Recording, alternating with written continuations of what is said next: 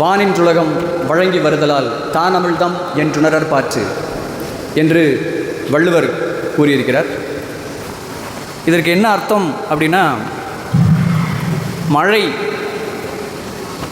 அது அந்த மழை நீரானது அமிழ்தம் என்று நாம் அதை அழைக்கலாமாம். ஏன் அப்படின்னா, நீங்கள் டீசலினேஷன் அப்படின்னு சொல்லிட்டு ஒரு ப்ராசஸ் இருக்குது, நீங்கள் படிச்சிருப்பீங்க. கடல் நீரை தூய நீராக மாற்றுவது. அப்போ அந்த வேலையை இயற்கையிலேயே செய்யக்கூடிய ஒரு வினை அந்த மழை செய்வதனால அதற்கு பேர் அமிழ்தம் அப்படின்னு வச்சான் பேர். ஸோ அந்த மாதிரியான மழை வளங்களை, மலை வளங்களை நாம் பாதுகாப்பது அப்படிங்கிற ஒரு முயற்சி. அதே போல் காற்று மாசுபாடை தடுப்பதற்கு நாம் என்ன செய்ய வேண்டும் என்றால், இந்த பிளாஸ்டிக் பொருட்களை பயன்படுத்தி அந்த பயன்படுத்தக்கூடிய பொருட்களை எரிப்பதன் மூலமாக நமக்கு டயாக்சின் அப்படிங்கிற மாதிரியான பொருட்கள் எல்லாம் வெளியில் வருது அப்படின்னு சொல்லி நிறைய கேள்விப்பட்டிருப்பீங்க. ஸோ இப்போ இதுக்கெல்லாம் என்ன செய்யலாம் அப்படிங்கிறதுனுடைய முன்முனைப்பாக தான் பிளாஸ்டிக்கு, நெகிழிக்கு மாற்றாக துணிப்பையை நாம் பயன்படுத்த கோரி அது தொடர்பான விழிப்புணர்வை உங்கள் மத்தியிலேயே ஏற்படுத்துவதற்கு நம்மிடையே நிறைய சான்றோர்கள் வந்திருக்கிறார்கள். இந்த நிகழ்வினை தமிழ்த்தாய் வாழ்த்துடன் நாம் ஆரம்பிக்கலாம் என இருக்கிறோம். ஸோ அந்த தமிழ்த்தாய் வாழ்த்தை பாடுவதற்கு அதற்கான மாணவிகளை அன்போடு அழைக்கிறேன். நீராடும் கடலொடுத்த நிலமடந்த கெளிலொழுகும் சீராடும் வதனமன திகழ்பரத கண்டமிதில் தற்களமும் அதிசிறந்த திராவிடனல் திருநாடும் தக்க சிறு பிறை நுதலும் தரிசனரும் திலகமுமே அத்திலக வாசனை போல் அனைத்துலகும் இன்பமுற எத்திசையும் புகழ் மணக்க இருந்த பெரும் தமிழனங்கே தமிழனங்கே உன் சீரிழமை திறமியந்து செயல் மறந்து வாழ்த்துதுமே வாழ்த்துதுமே வாழ்த்துதுமே. தமிழ்த்தாய் வாழ்த்து பாடிய மாணவிகளுக்கு நன்றிகள். இங்கே நெகிழி தொடர்பான விழிப்புணர்வு ஏற்படுத்துவதோடு மட்டுமல்லாமல் சர்வதேச யானைகள் தினம் என்று இன்று நாம் கொண்டாடுகிறோம். இந்த யானையினுடைய முக்கியத்துவம் என்ன என்பதை ஏற்கனவே நாம் வகுப்பறைகளில் நிறைய விஷயங்கள் நாம் பேசிக்கிட்டோம். ஆனாலும் ஒரு சில விஷயங்களை உங்களுக்கு ஞாபகப்படுத்துவதற்காக, நாம் அறியாத பல விஷயங்களை நமக்கு அறியப்படுத்துவதற்காக, நெகிழி தொடர்பான புதிய தகவல்களை நம்மிடையே பகிர்வதற்காக நம்மிடையே வந்திருக்கக்கூடிய தேசிய பசுமை படையினுடைய மாவட்ட ஒருங்கிணைப்பாளர் திரு ஜெயபாலன் சார் அவர்களை வருக வருக என வரவேற்கிறேன்.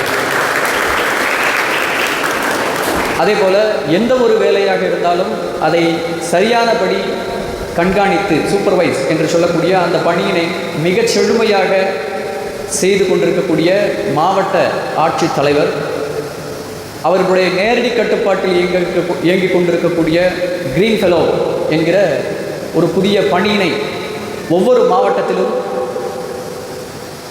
முதலமைச்சர் அவர்களின் தலைமையிலேயே மாவட்ட ஆட்சியரின் கட்டுப்பாட்டில் அது உள்ளது. ஸோ அந்த பணியை நம்முடைய பள்ளிக்கும் பசுமை பள்ளி என்கிற ஒரு முக்கியமான ஒரு அந்தஸ்தினை கொடுத்து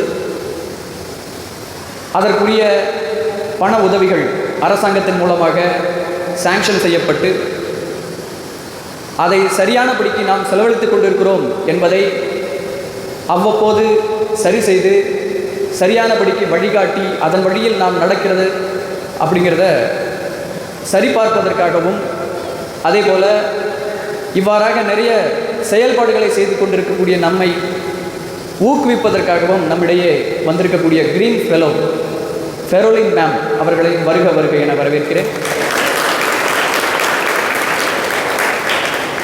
நம் பள்ளியினுடைய ஒவ்வொரு நிகழ்வினையும் தெளிவாக திட்டமிட்டு, மாணவர்களுடைய ஒழுக்க நலன் சார்ந்த திட்டங்களாக இருந்தாலும் சரி, மாணவர்களுடைய கல்வி தொடர்பான நிகழ்வுகளாக இருந்தாலும் சரி, அத்தனையும் தெளிவாக திட்டமிட்டு நிறைவேற்றி கொண்டிருக்கக்கூடிய நம்முடைய தலைமை ஆசிரியர் திரு ராஜேந்திர பாண்டியன் சார் அவர்களை வருக வருக என வரவேற்கிறோம்.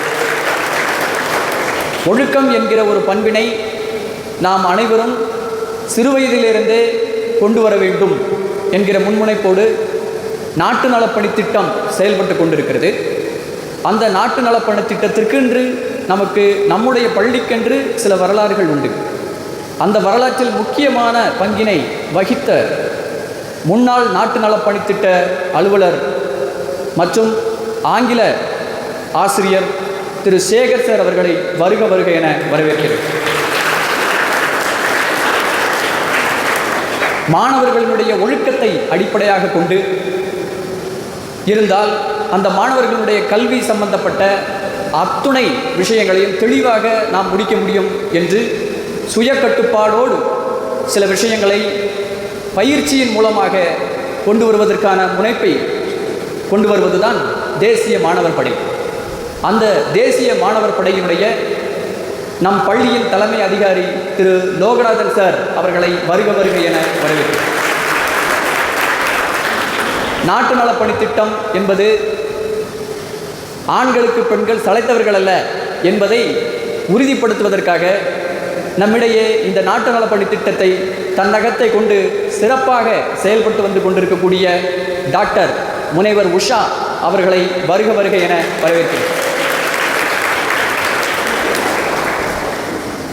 நம்முடைய பள்ளியில் நடக்கக்கூடிய அனைத்து விதமான நிகழ்விற்கும் ஒரு வழிகாட்டியாக பசுமைப்படையின் சார்பாக எந்த ஒரு நிகழ்வு நடந்தாலும் அதற்கு மிகுந்த உறுதுணையுடன் ஒவ்வொரு மாணவர்களுக்கும் கருத்தில் கொண்டு அங்கு வரக்கூடிய சிறப்பு விருந்தினர்களை கௌரவிப்பது முதல் ஒரு கடைசி இருக்கக்கூடிய மாணவர் வரை அத்தனை ஒழுக்க நலன்களையும் சரியானபடிக்கு வழிகாட்டி அதை தொடர்ச்சியாக வழிகாட்டி கொண்டிருக்கக்கூடிய நம்முடைய உதவி தலைமை ஆசிரியை திருமதி ஜெயந்தி அவர்களை வருக வருக என வரவேற்கிறேன்.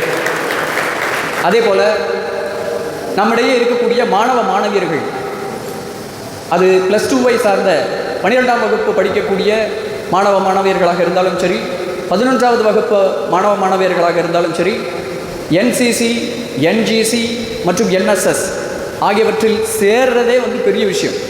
ஒரு சமுதாய பொறுப்பு கொண்ட, சமுதாய அக்கறை கொண்ட ஒரு மனதால் மட்டும்தான் இந்த மாதிரியான விழாக்களில் தொடர்ச்சியாக பங்கு பெற முடியும். அதுவும் NCCலாம் பார்த்தீங்க அப்படின்னாக்கா, NGCயாவது கொஞ்சம் அப்படி இப்படி இருந்துக்கலாம். ஆனால் NCCலாம் பார்த்தீங்கன்னா ரொம்ப ஸ்ட்ரிக்டாக ஒழுக்க நலன் அப்படின்னா ரூல்ஸ்னால் ரூல்ஸ் தான், அது இல்லைன்னா பனிஷ்மெண்ட் அப்படிங்கிற ரேஞ்சுக்கு அது போகும். அது போக வருடத்திற்கு ஒரு தடவை அந்த தேசிய மாணவர் படையில் நடக்கக்கூடிய பயிற்சி வகுப்புகளில் வருடத்திற்கு கிட்டத்தட்ட ஏகப்பட்ட பேர் அதில் பங்கேற்று அதில் நிறைய விருதுகளை வாங்கி கொண்டு வருகிறீர்கள். அதே போல் தேசிய மாணவர் படை மாணவர்களைப் போல நாட்டு நலப்பணி திட்டமும் வருடத்திற்கு ஒரு 12 நாட்கள் அல்லது 20 நாட்கள் அவர்களுக்கு தனியாக ஒரு முகாம் வைத்து அந்த முகாமில் நிறைய சமுதாய நலன் சார்ந்த விஷயங்களை செய்து முடிப்பது, அதற்குண்டான பொறுப்புத்தன்மையை வளர்த்து கொள்வது, இது போன்ற விஷயங்களை தன்னகத்தை இந்த வயதிலேயே சிறு வயதிலேயே பெற்றுக்கொண்டிருக்கிறீர்கள். அதே போல் தேசிய மாணவர் படை தேசிய பசுமை படையில் காணப்படும் மாணவ மாணவியர்கள் ஆர்வத்துடன் நிறைய பேர் கலந்து கொண்டிருக்கிறீர்கள். ஸோ இது எல்லாம் நம்முடைய சமுதாய பொறுப்பினை காட்டுகிறது. ஜென்சி அப்படின்னா எல்லாரும் வெவ்வேறு மாதிரியாக இமேஜினேஷன் பண்ணி வைக்கிறாங்க. ஆனாலும் இந்த ஜென்சியில் நிறைய பேர் சமுதாய பொறுப்புடன் இன்றும் திகழ்கிறார்கள் என்பதற்கு சான்றாக தான் இங்கே வந்திருக்கக்கூடிய மாணவ மாணவியர்கள் இருக்கிறீர்கள். உங்கள் அனைவரையும் வருக வருக என்று வரவேற்கிறேன். ஒரே ஒரு சின்ன விஷயத்தை மட்டும் சொல்லிட்டு நான் என்னுடைய வரவேற்பு உரையை நிறைவு செய்கிறேன். டயாக்சின் அப்படிங்கிற ஒரு பொருள் நீங்கள் கேள்விப்பட்டிருப்பீங்களா என்னன்னு எனக்கு தெரியாது. ஆனால் பிளாஸ்டிக் கழிவுப் பொருட்களை எரிக்கும் பொழுது அந்த டயாக்சின் ஆனது வெளிப்படுகிறது. நீங்கள் உங்களுடைய பயாலஜியில் அல்லது சுவாலஜியில் நீங்கள் படிச்சிருப்பீங்க, திடீர் மாற்றம் அப்படின்னு சொல்லிட்டு 10th 9th படிச்சிருப்பீங்க. அந்த திடீர் மாற்றம் என்பது உங்களுடைய அல்லது ஒரு ஆளினுடைய ஒரு நபர் இருக்கிறாரு அப்படின்னா அந்த நபரினுடைய டிஎன்ஏவில் ஒரு சின்ன மாற்றத்தை மட்டும்தான் அது ஏற்படுத்த வேண்டியிருக்கிறது. அப்படி மாற்றம் செஞ்சிருச்சு அப்படின்னாக்க பல்வேறுபட்ட மரபணு குறைபாடுகள் வழி வழியாக அடுத்த தலைமுறைக்கு வருவதற்கு வாய்ப்பு இருக்கிறது. அப்போ அந்த டயாக்சின் அப்படிங்கிறத நீங்கள் ஒரு தடவை நீங்கள் சுவாசிக்கிறது அப்படிங்கிறதே ரொம்ப ஆபத்தான ஒரு விஷயமாக நாம் கருத வேண்டும். அப்போ நமக்கு தேவையான பொருட்கள் எதெல்லாம் பிளாஸ்டிக்கில் இல்லையோ அதெல்லாம் நாம் தேர்ந்தெடுத்து பயன்படுத்துவது அப்படிங்கிற ஒரு முடிவுக்கு நீங்கள் வாங்க. வந்தீங்க அப்படின்னாவே தொடர்ச்சியாக நிறைய இடங்களில் வந்து நம்மளால் தவிர்க்க முடியாது. சில சமயங்களில் பிளாஸ்டிக் விஷயங்கள் வந்து நம்மளுடைய உயிரோடு அந்த நம்மளுடைய வாழ்க்கை சுழற்சியில் அது தொடர்ச்சியாக ஒரு பங்காக வந்து விடுகிறது. அதை எவ்வாறாக தவிர்ப்பது? இப்போ வீட்டில் இருக்கக்கூடிய ஒரு கண்டெய்னர் இருக்குது அப்படின்னா அந்த கண்டெய்னருக்கு பதிலாக ஒரு பிளாஸ்டிக் கண்டெய்னருக்கு பதிலாக நீங்கள் சாதாரணமாக ஒரு சில்வர் கண்டெய்னர் வச்சு அதுக்குள்ளே பொருட்களை போட்டு வச்சுக்கிறது. அதே மாதிரி உங்களுடைய வாட்டர் கேன், நீங்கள் பயன்படுத்தக்கூடிய தண்ணீர் போத்தல்கள், அதை வந்து நீங்கள் ஸ்டீல்லையோ அல்லது பித்தளையிலையோ அல்லது இப்போ தாமிரத்தில் நிறைய வர ஆரம்பிச்சிருச்சு. ஸோ அந்த மாதிரியாக நீங்கள் பயன்படுத்துறது, இந்த மாதிரியான ஒரு மாற்றத்திற்கு நீங்கள் வந்து மாற வேண்டும். இவ்வாறாக மாறுவதன் மூலமாக ஒரு தனி மனித ஒழுக்கம் தான் ஒரு சமுதாயத்தை மாற்றக்கூடிய ஒரு விஷயமாக திகழும். ஸோ அந்த விஷயத்தில் நீங்கள் இந்த ஒழுக்கத்தை இன்றிலிருந்து நீங்கள் ஆரம்பிப்பீர்கள் என்ற நம்பிக்கையுடன் என்னுடைய வரவேற்பு உரையை நிறைவு செய்கிறேன். நன்றி, வணக்கம்.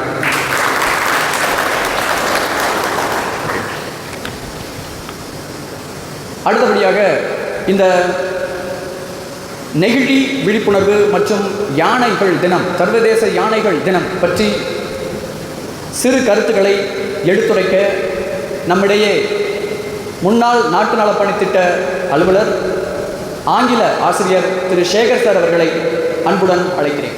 அனைவருக்கும் என் இனிய மாலை வணக்கம். இப்போ பொதுவாக கடைசியில் தான் கூப்பிடுவாங்க, அதனால் கொஞ்சம் ப்ரிப்பரேஷன் இருக்கும். சரி, பரவாயில்ல.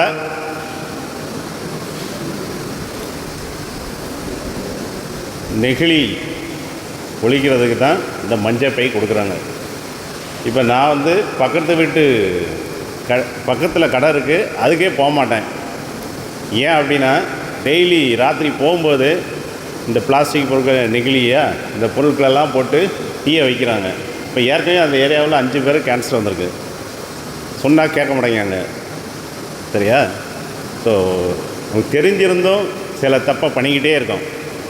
இப்போ நீங்களும் ஹோட்டல் இங்கெல்லாம் போனீங்கன்னா இந்த பிளாஸ்டிக் பையை வாங்கி எதுவுமே கொண்டு வர கிடையாது. பக்கத்தில் தான் கடை இருக்கும். ஒரு பையை கொண்டு போகிறதோ ஒரு கூடையை கொண்டு போகிறதுக்கோ உங்களுக்கு அவ்வளவு கஷ்டம். அதை கொண்டு போய் நீங்கள் அதை கொண்டு போனீங்கன்னா அவங்ககிட்ட அந்த பிளாஸ்டிக் பொருட்களை வாங்க வேண்டிய அவசியம் இல்லை. ஏன்னா பொதுவாக அதை செய்யுங்க. இதனுடைய விளைவு விலங்குகள் அழிகிறது. நீ சாப்பிட்டுட்டு அந்த நெகிழியை அப்படியே போட்டுட்டு போயிடுத, அதை சாப்பிட்டு எத்தனை விலங்குகள் சாகுது. அதை போன ஒரு மீட்டிங்கில் நான் கேள்விப்பட்டேன். இந்த ஆறில் தண்ணியில் கலந்து ஒரு தண்ணியோடு போய் கடலில் போய் அந்த மீன் சாப்பிடுதான் அந்த பிளாஸ்டிக் பொருட்களை. மீன் சாப்பிட்டுட்டு அதை திருப்பி அது உனக்கே வருது. அது சாப்பிட்டு தானே அது வளர்ச்சி அடையுது. அந்த எஃபெக்டும் உனக்கும் வருது. அந்த அளவுக்கு சொல்கிறாங்க. என்ன, அதனால் இதில் கொஞ்சம் கவனமாக இருங்க. ஸோ இதை ஒழிக்கிறதுக்கு தான் உங்கள் மூலமாக ஏதாவது இந்த சமுதாயத்துக்கு பண்ணணும் அப்படின்னு உங்களை கூப்பிட்ருக்காங்க. எல்லா இயக்கமும் வந்திருக்கீங்க. உண்மையிலே சந்தோஷமாக இருக்குது. இந்த இயக்கங்கள் தங்களுடைய பணிகளை நல்லா செய்கிறீங்க. ஸோ அதில் சார் இன்னும் சொல்லுவாங்க, அந்த இதெல்லாம் கரெக்டாக ஃபாலோ பண்ணி நீங்களும் கொஞ்சம் ஒத்துழைச்சிங்கன்னா உங்களால் முடிஞ்சதை உங்கள் ஊரில் என்ன ஒவ்வொரு வீட்லேயும் போய் சொல்லக்கூட செய்யலாம். உங்கள் சொந்தக்காரங்க இருப்பாங்க, உங்கள் தெருவில் யார் இருப்பாங்க, உங்கள் சொந்தக்காரங்க தான் இருப்பாங்க. நீ கரெக்டாக நீ பையை கொண்டு போ, அதை பையை கொண்டு போ, கூடையை கொண்டு போன்னு நீங்கள் சொன்னீங்கன்னா கண்டிப்பாக செய்வாங்க. என்ன, முதல்ல நீ மாறணும், அப்புறம் நீ அடுத்தவங்களுக்கு சொல்லணும். ஏன்னா நீ இந்த பிளாஸ்டிக் பொருட்களை யூஸ் பண்ணக்கூடாது. என்ன, இந்த வாட்டர் கேனெல்லாம் வெறும் பிளாஸ்டிக் பொருட்கள் அதை யூஸ் பண்ணக்கூடாது. இந்த 20 ரூபாய்க்கு 10 ரூபாய்க்கு வாட்டர் கேன் வாங்குதில்ல, அதை தான் டெய்லி சில பேர் கொண்டு வரான். அதை யூஸ் அண்ட் த்ரோ தான். அது நீ டெய்லி யூஸ் பண்ணிவிட்டு த்ரோ பண்ணுறது கிடையாது. அப்போ த்ரோவுக்கு அர்த்தம் தெரியாது நினைக்கிறேன். அதெல்லாம் பயன்படுத்திட்டு உடனே என்ன பண்ணணும், தூர போட்டுறணும். நீ டெய்லி அதை பயன்படுத்திக்கிட்டே இருக்க. அதனால் வியாதிகள் உள்ளே வருது. இன்னும் சில அறிவியல் பூர்வமான செய்திகள் உனக்கு நிறைய பேர் சொல்ல காத்துக்கிட்டு இருக்காங்க. ஸோ அதனால் நான் ரொம்ப சிம்பிளாக இதை முடிச்சுக்கிறேன். ஸோ எல்லோரும் கொஞ்சம் ஒத்துழைங்க. நெகிழியை ஒழிக்கிறதுக்கு இந்த தருணத்தில் உங்களை அன்புடன் நானும் அழைத்து மகிழ்ந்து விடைபெறுகிறேன். நன்றி, வணக்கம்.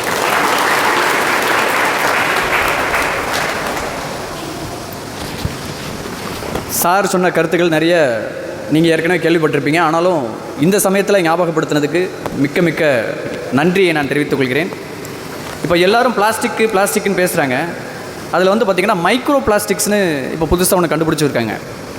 அது என்னது அப்படின்னு பார்த்தீங்கன்னா, நீங்கள் பயன்படுத்தக்கூடிய சாதாரண பொருட்கள், அதுபோக நீங்கள் உண்ணக்கூடிய உணவுப் பொருட்கள், அது மட்டுமல்லாமல் குடிக்கக்கூடிய குடி தண்ணீர், இதில் எல்லாத்துலேயுமே மைக்ரோ பிளாஸ்டிக்ஸ் வந்து கலந்துருக்குது அப்படின்னு சொல்லி புதுசாக ஒரு ஆராய்ச்சி சொல்லப்படுது. அதை பற்றிலாம் நீங்கள் நிறைய தெரிஞ்சுக்கணும் இன் ஃப்யூச்சரில்.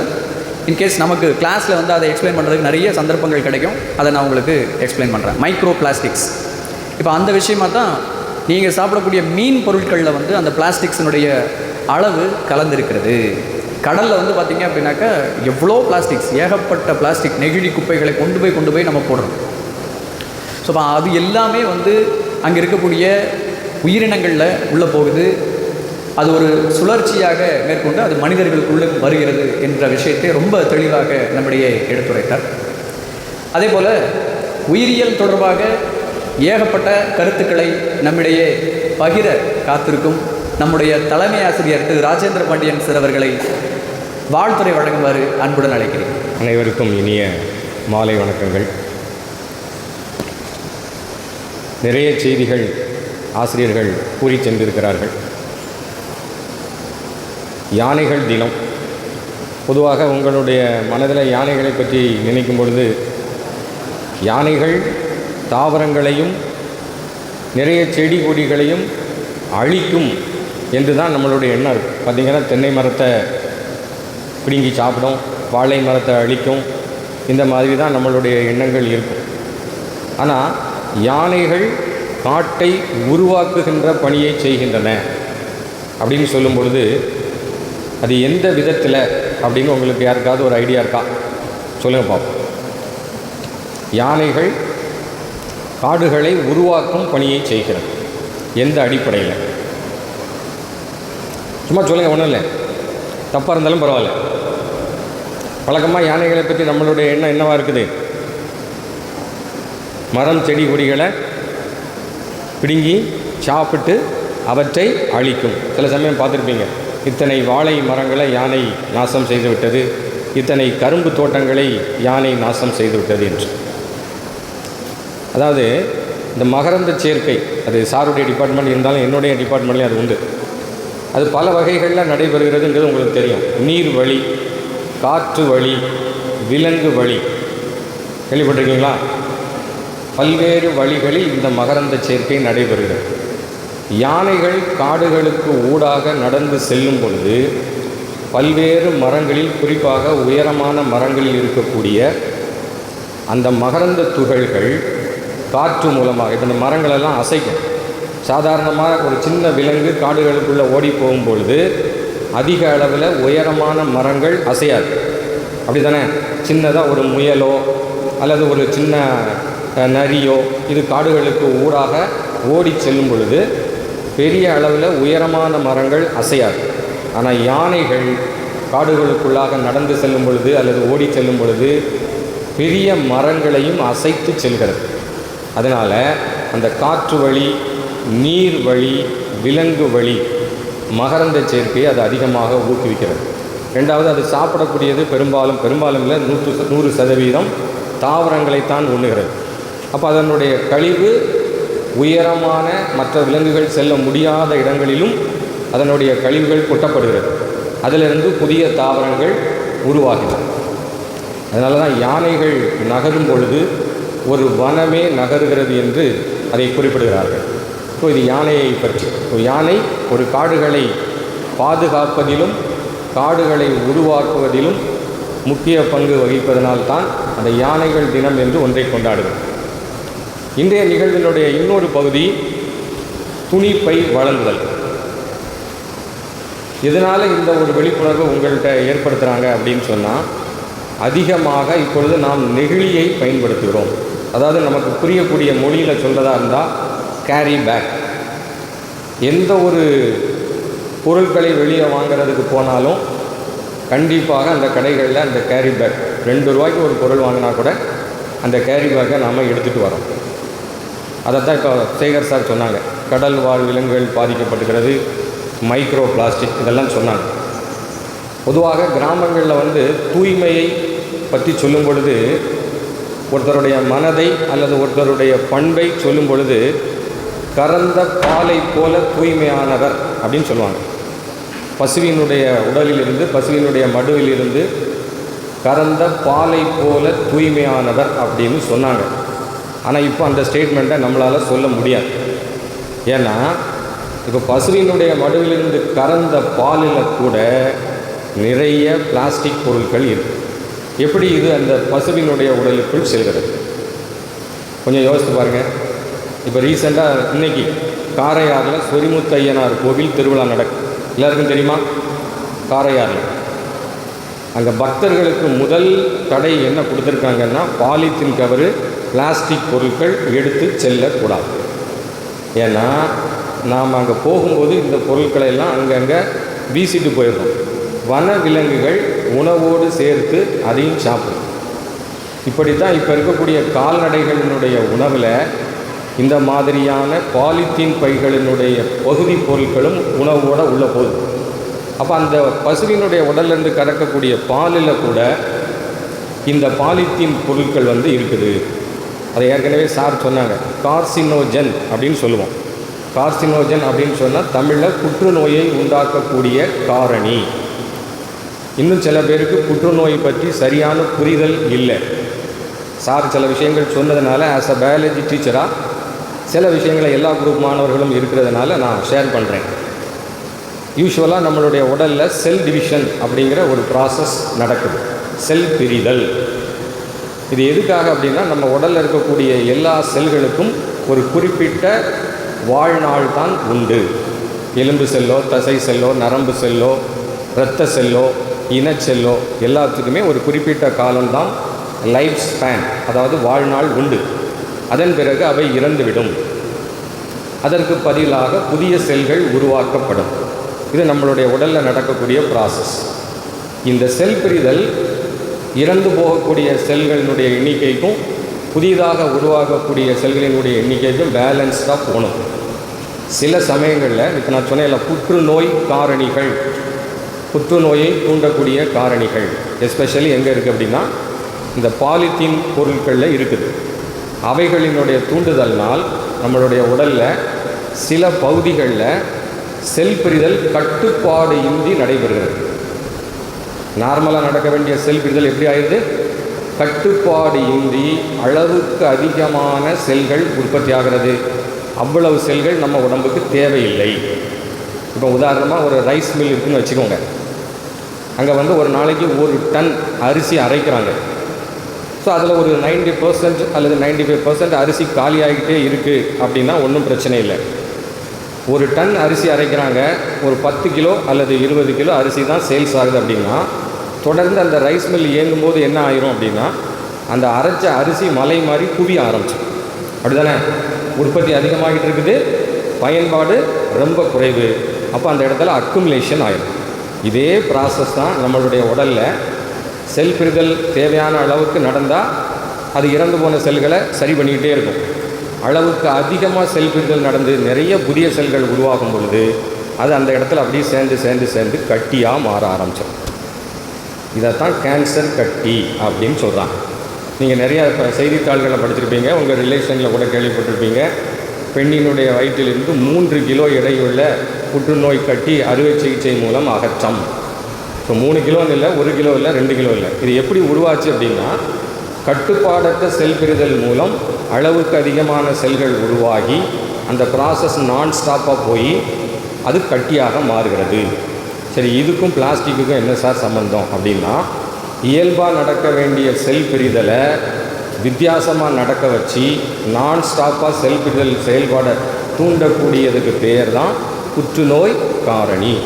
இந்த புற்றுநோய் காரணி எதில் அதிகமாக இருக்குது அப்படின்னா, இந்த பாலித்தீன் கவர்களில் அதிகமாக இருக்குது.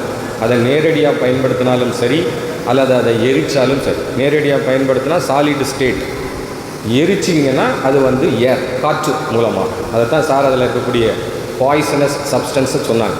இதை நாம் இன்ஹேல் பண்ணும் பொழுது அது செல்லில் இருக்கக்கூடிய ஜீனில் மியூட்டேஷன், அதாவது திடீர் மாற்றத்தை உண்டாக்கி கட்டுப்பாடற்ற செல் பிரிதலை உண்டாக்கி அதிகமான செல்லை உற்பத்தி பண்ணி அது கட்டியாக மாறுது. இதுதான் கேன்சர். ஸோ இது இப்போ உள்ள காலங்களில் அளவுக்கு அதிகமாக ஏற்பட்டு வருகிறது. இதெல்லாம் வந்து சொல்லிக்கிட்டே போகலாம். இதெல்லாம் சரி, இதை தடுக்கிறதுக்கு என்ன பண்ணணும், இதை தான் இப்போ நம்ம பார்க்க வேண்டியது. ஸோ அந்த ஒரு விழிப்புணர்வை, பாலித்தீன் கவர்களை அதிகமாக வாங்கக்கூடாது, அதுக்கு மாற்றாக துணிப்பைகளை கொண்டு செல்லலாம், அதை தான் இப்போ நம்ம செஞ்சுக்கிட்டு இருக்கிறாங்க. வேறு நம்ம என்ன இதுக்கு மாற்று ஏற்பாடு பண்ண முடியும் அப்படின்னு சொன்னால், ஒரு விஷயம் நீங்கள் உங்கள் மனசுக்குள்ளே ஓடும், சார் கடையில் வச்சுருக்க போய் தானே நம்ம வாங்குகிறோம், அல்லது அவங்க கொடுக்க போய் தானே நம்ம வாங்குகிறோம் அப்படின்னு சொல்லிட்டு.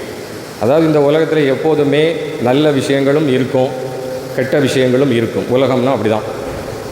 அதில் எது நமக்கு தேவை அப்படிங்கிறத நம்ம சூஸ் பண்ணுறதுக்கு நமக்கு இறைவன் அறிவை கொடுத்துருக்கிறார். பாலித்தீன் கவரை தயாரிக்கிறவன் ஏன் தயாரிக்கணும், அதை அரசாங்கம் ஏன் விற்கணும், கடைக்காரர் ஏன் அதை வச்சுருக்கணும், நான் ஒரு பொருள் கேட்டால் அவர் ஏன் அதில் போட்டு தரணும், நான் என்ன கொஸ்டின், நம்ம மனசுக்குள்ளே என்ன கொஸ்டின் கேட்குறோம் அப்படின்னா, நம்ம ஏன் அதை வாங்கணும், கடைக்காரர் உங்களை ஃபோர்ஸ் பண்ணுறாரா, தம்பி நீ விரும்புகிறியோ விரும்பலையோ நான் என்ன பொருள் தந்தாலும் கேரி பேயில் தான் தருவேன் அப்படி சொல்கிறாரா எந்த கடைக்காரராவது? டீ கடையில் போய் நான் வந்து அந்த கவரில் தான் டீ சுட சுட கட்டி தருவேன், அந்த சால்னா அந்த சுட சுட கவரில் தான் கட்டி தருவேன் எந்த கடைக்காரராக சொல்கிறாரா? கட்டாயம் சொல்ல மாட்டார். நீ எப்போ சொல்லுவார்னா, நீ அதுக்கான பாத்திரங்கள் கொண்டு போகலைன்னா சொல்லுவார். அப்போ டீ வாங்கணும்னா அதுக்கு சில்வர் பாத்திரம், மளிகை ஜாமான் வாங்கணும்னா துணிப்பை, இந்த மாதிரி பொருள் அதை வாங்கிறதுக்கான விஷயங்களை நீ கொண்டு போகாத பட்சத்தில் தான் அவர் பாலித்தீன் கவரை உனக்கு தருவார். அப்போ நம்ம என்ன செய்யணும்? நம்ம வீட்டுக்கு பாலித்தீன் கவர் வரக்கூடாது அப்படின்னா நம்ம என்ன செய்யணும்? நான் மட்டும்தான் பேசிகிட்டு இருக்கேன், 2-வே கம்யூனிகேஷனே இல்லை. வேண்டாம், பாலித்தீன் கவர் என் வீட்டுக்கு வரக்கூடாது. அப்போ நம்ம என்ன செய்யணும்? என்ன பொருள் வாங்க போகிறோமோ அதை வாங்கி வருவதற்கு தேவையான பாத்திரங்களை நாம் எடுத்து செல்ல வேண்டும். நீ மளிகை பொருள் வாங்குறியா, காய்கறி வாங்குறியா, பழங்கள் வாங்குறியா, டீ வாங்குறியா, உணவுப் பொருட்கள் வாங்குறியா, ஒன்றொன்றையும் வாங்குறதுக்கு தேவையான பாத்திரங்களை நீ கொண்டு போனேன்னா அந்த பாலித்தீன் கவரை உன் வீட்டுக்கு கொண்டு வர வேண்டிய அவசியம் இருக்காது. அதை உன் வீட்டிலேருந்து தூர போட வேண்டிய அவசியம் இருக்காது. அது நிலத்தில் விழுந்து மக்கி அல்லது அது எரியூட்டப்பட்டு சுற்றுச்சூழலை மாசுபடுத்தாது. சரியா? அந்த விழிப்புணர்வை ஏற்படுத்துவதற்குத்தான் இந்த நிகழ்ச்சி. இந்த ஒரு மஞ்சப்பை கொடுத்துட்டா மொத்தத்தில் எல்லா பிரச்சனையும் சால்வ் ஆயிருமா சார்? இது வந்து ஒரு இனிஷியேஷன் தான், இது வந்து உங்களுக்கு ஒரு மோட்டிவேஷன் தான். இதை வச்சுக்கிட்டு அடுத்தடுத்த செயல்பாடுகளில் நீங்கள் ஈடுபட வேண்டும். உங்கள் பெற்றோர்கிட்ட சொல்லுங்கள், கடைக்கு போகிறீங்களா, ஒரு பை எடுத்துகிட்டு போங்க, துணி பை எடுத்துகிட்டு போங்க, உணவுப் பொருள் வாங்க போகிறீங்களா, ஒரு பாத்திரம் எடுத்துகிட்டு போங்க.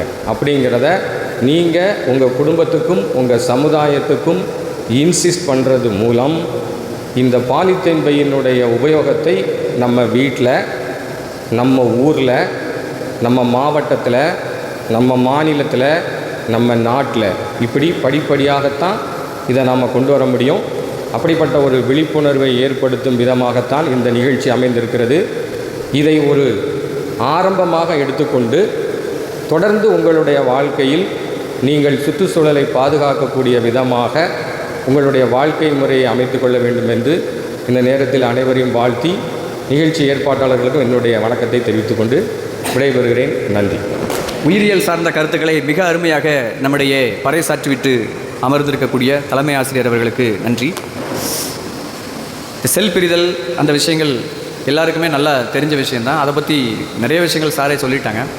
ஆனாலும் இப்போ நம்ம பார்த்திங்கன்னா இந்த டீசென்சி அப்படிங்கிற ஒரு விஷயம் இருக்குது. நம்ம எங்கேயாவது ஒரு இடத்துக்கு போனோம் அப்படின்னாக்கா எப்போதுமே ஒரு பையை வச்சுக்கிட்டு போனோம் அப்படின்னா அது பார்க்குறவங்க என்ன சார் நினைப்பாங்க அப்படின்னு சொல்லி நமக்கு ஒரு தாழ்வு மனப்பான்மை உண்டு. அதாவது நம்மளுடைய சமுதாய அமைப்பு எப்படி இருக்குது அப்படின்னாக்கா, நல்ல விஷயங்களை நீங்கள் செய்யும் பொழுது கிண்டல் அடிக்கக்கூடிய சமுதாயமாகவும், கெட்ட விஷயங்களை நீங்கள் செய்யும் பொழுது அதை என்கரேஜ் பண்ணக்கூடிய ஒரு சமுதாயமாகவும் சில சமயங்களில் ஆக்கப்பட்டு விட்டது. ஒரே ஒரு சின்ன எடுத்துக்காட்டு நான் சொல்கிறேன். ஒரு இடத்துல நீங்கள் வந்து ஒரு பர்த்டே ஃபங்க்ஷன் நீங்கள் கொண்டாடுறீங்க அப்படின்னாக்கா, அல்லது ஏதோ ஒரு திருவிழா மாதிரியான ஒரு விஷயம் கொண்டாடுறீங்க அப்படின்னாக்கா, அங்கே வந்து புதுசாக ஒரு கல்ச்சர் அது அந்த காலத்துலேருந்தே இருக்குது. அது என்ன அப்படின்னு பார்த்தீங்கன்னா, இந்த பாப்அப்ஸ் அப்படின்னு சொல்லிட்டு ஒன்று பேக்கரிஸ்லலாம் விற்பாங்க. கேள்விப்பட்டிருக்கீங்களா? அதை இப்படி டக்குன்னு திருப்பினோம்னா உள்ளேருந்து அப்படி குப்பையாக வந்து கொட்டும்.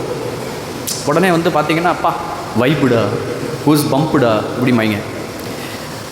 ஸோ இங்கே பார்த்தீங்க அப்படின்னாக்கா, குப்பை போடுறது அப்படிங்கிறது டீசெண்டாகவும், இப்போ அந்த இடத்துல விழுந்த குப்பையை உடனே நீங்கள் வந்து அதை க்ளீன் பண்ணிங்கன்னு வச்சுக்கோங்களேன், கண்டிப்பாக உங்களை ஒரு 4 பேர் கிண்டல் அடிப்பாங்க. சரியா இல்லையா? ஸோ அப்போ அந்த இடத்துல நல்ல விஷயம் எது, கெட்ட விஷயம் எதுங்கிறத நீங்கள் புரிஞ்சுக்கிடணும்.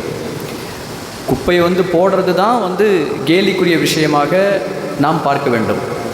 அதை சுத்தம் செய்வது என்பது தலையாய பணி, ஒரு புனிதமான ஒரு விஷயமாக நாம் கருத வேண்டும்.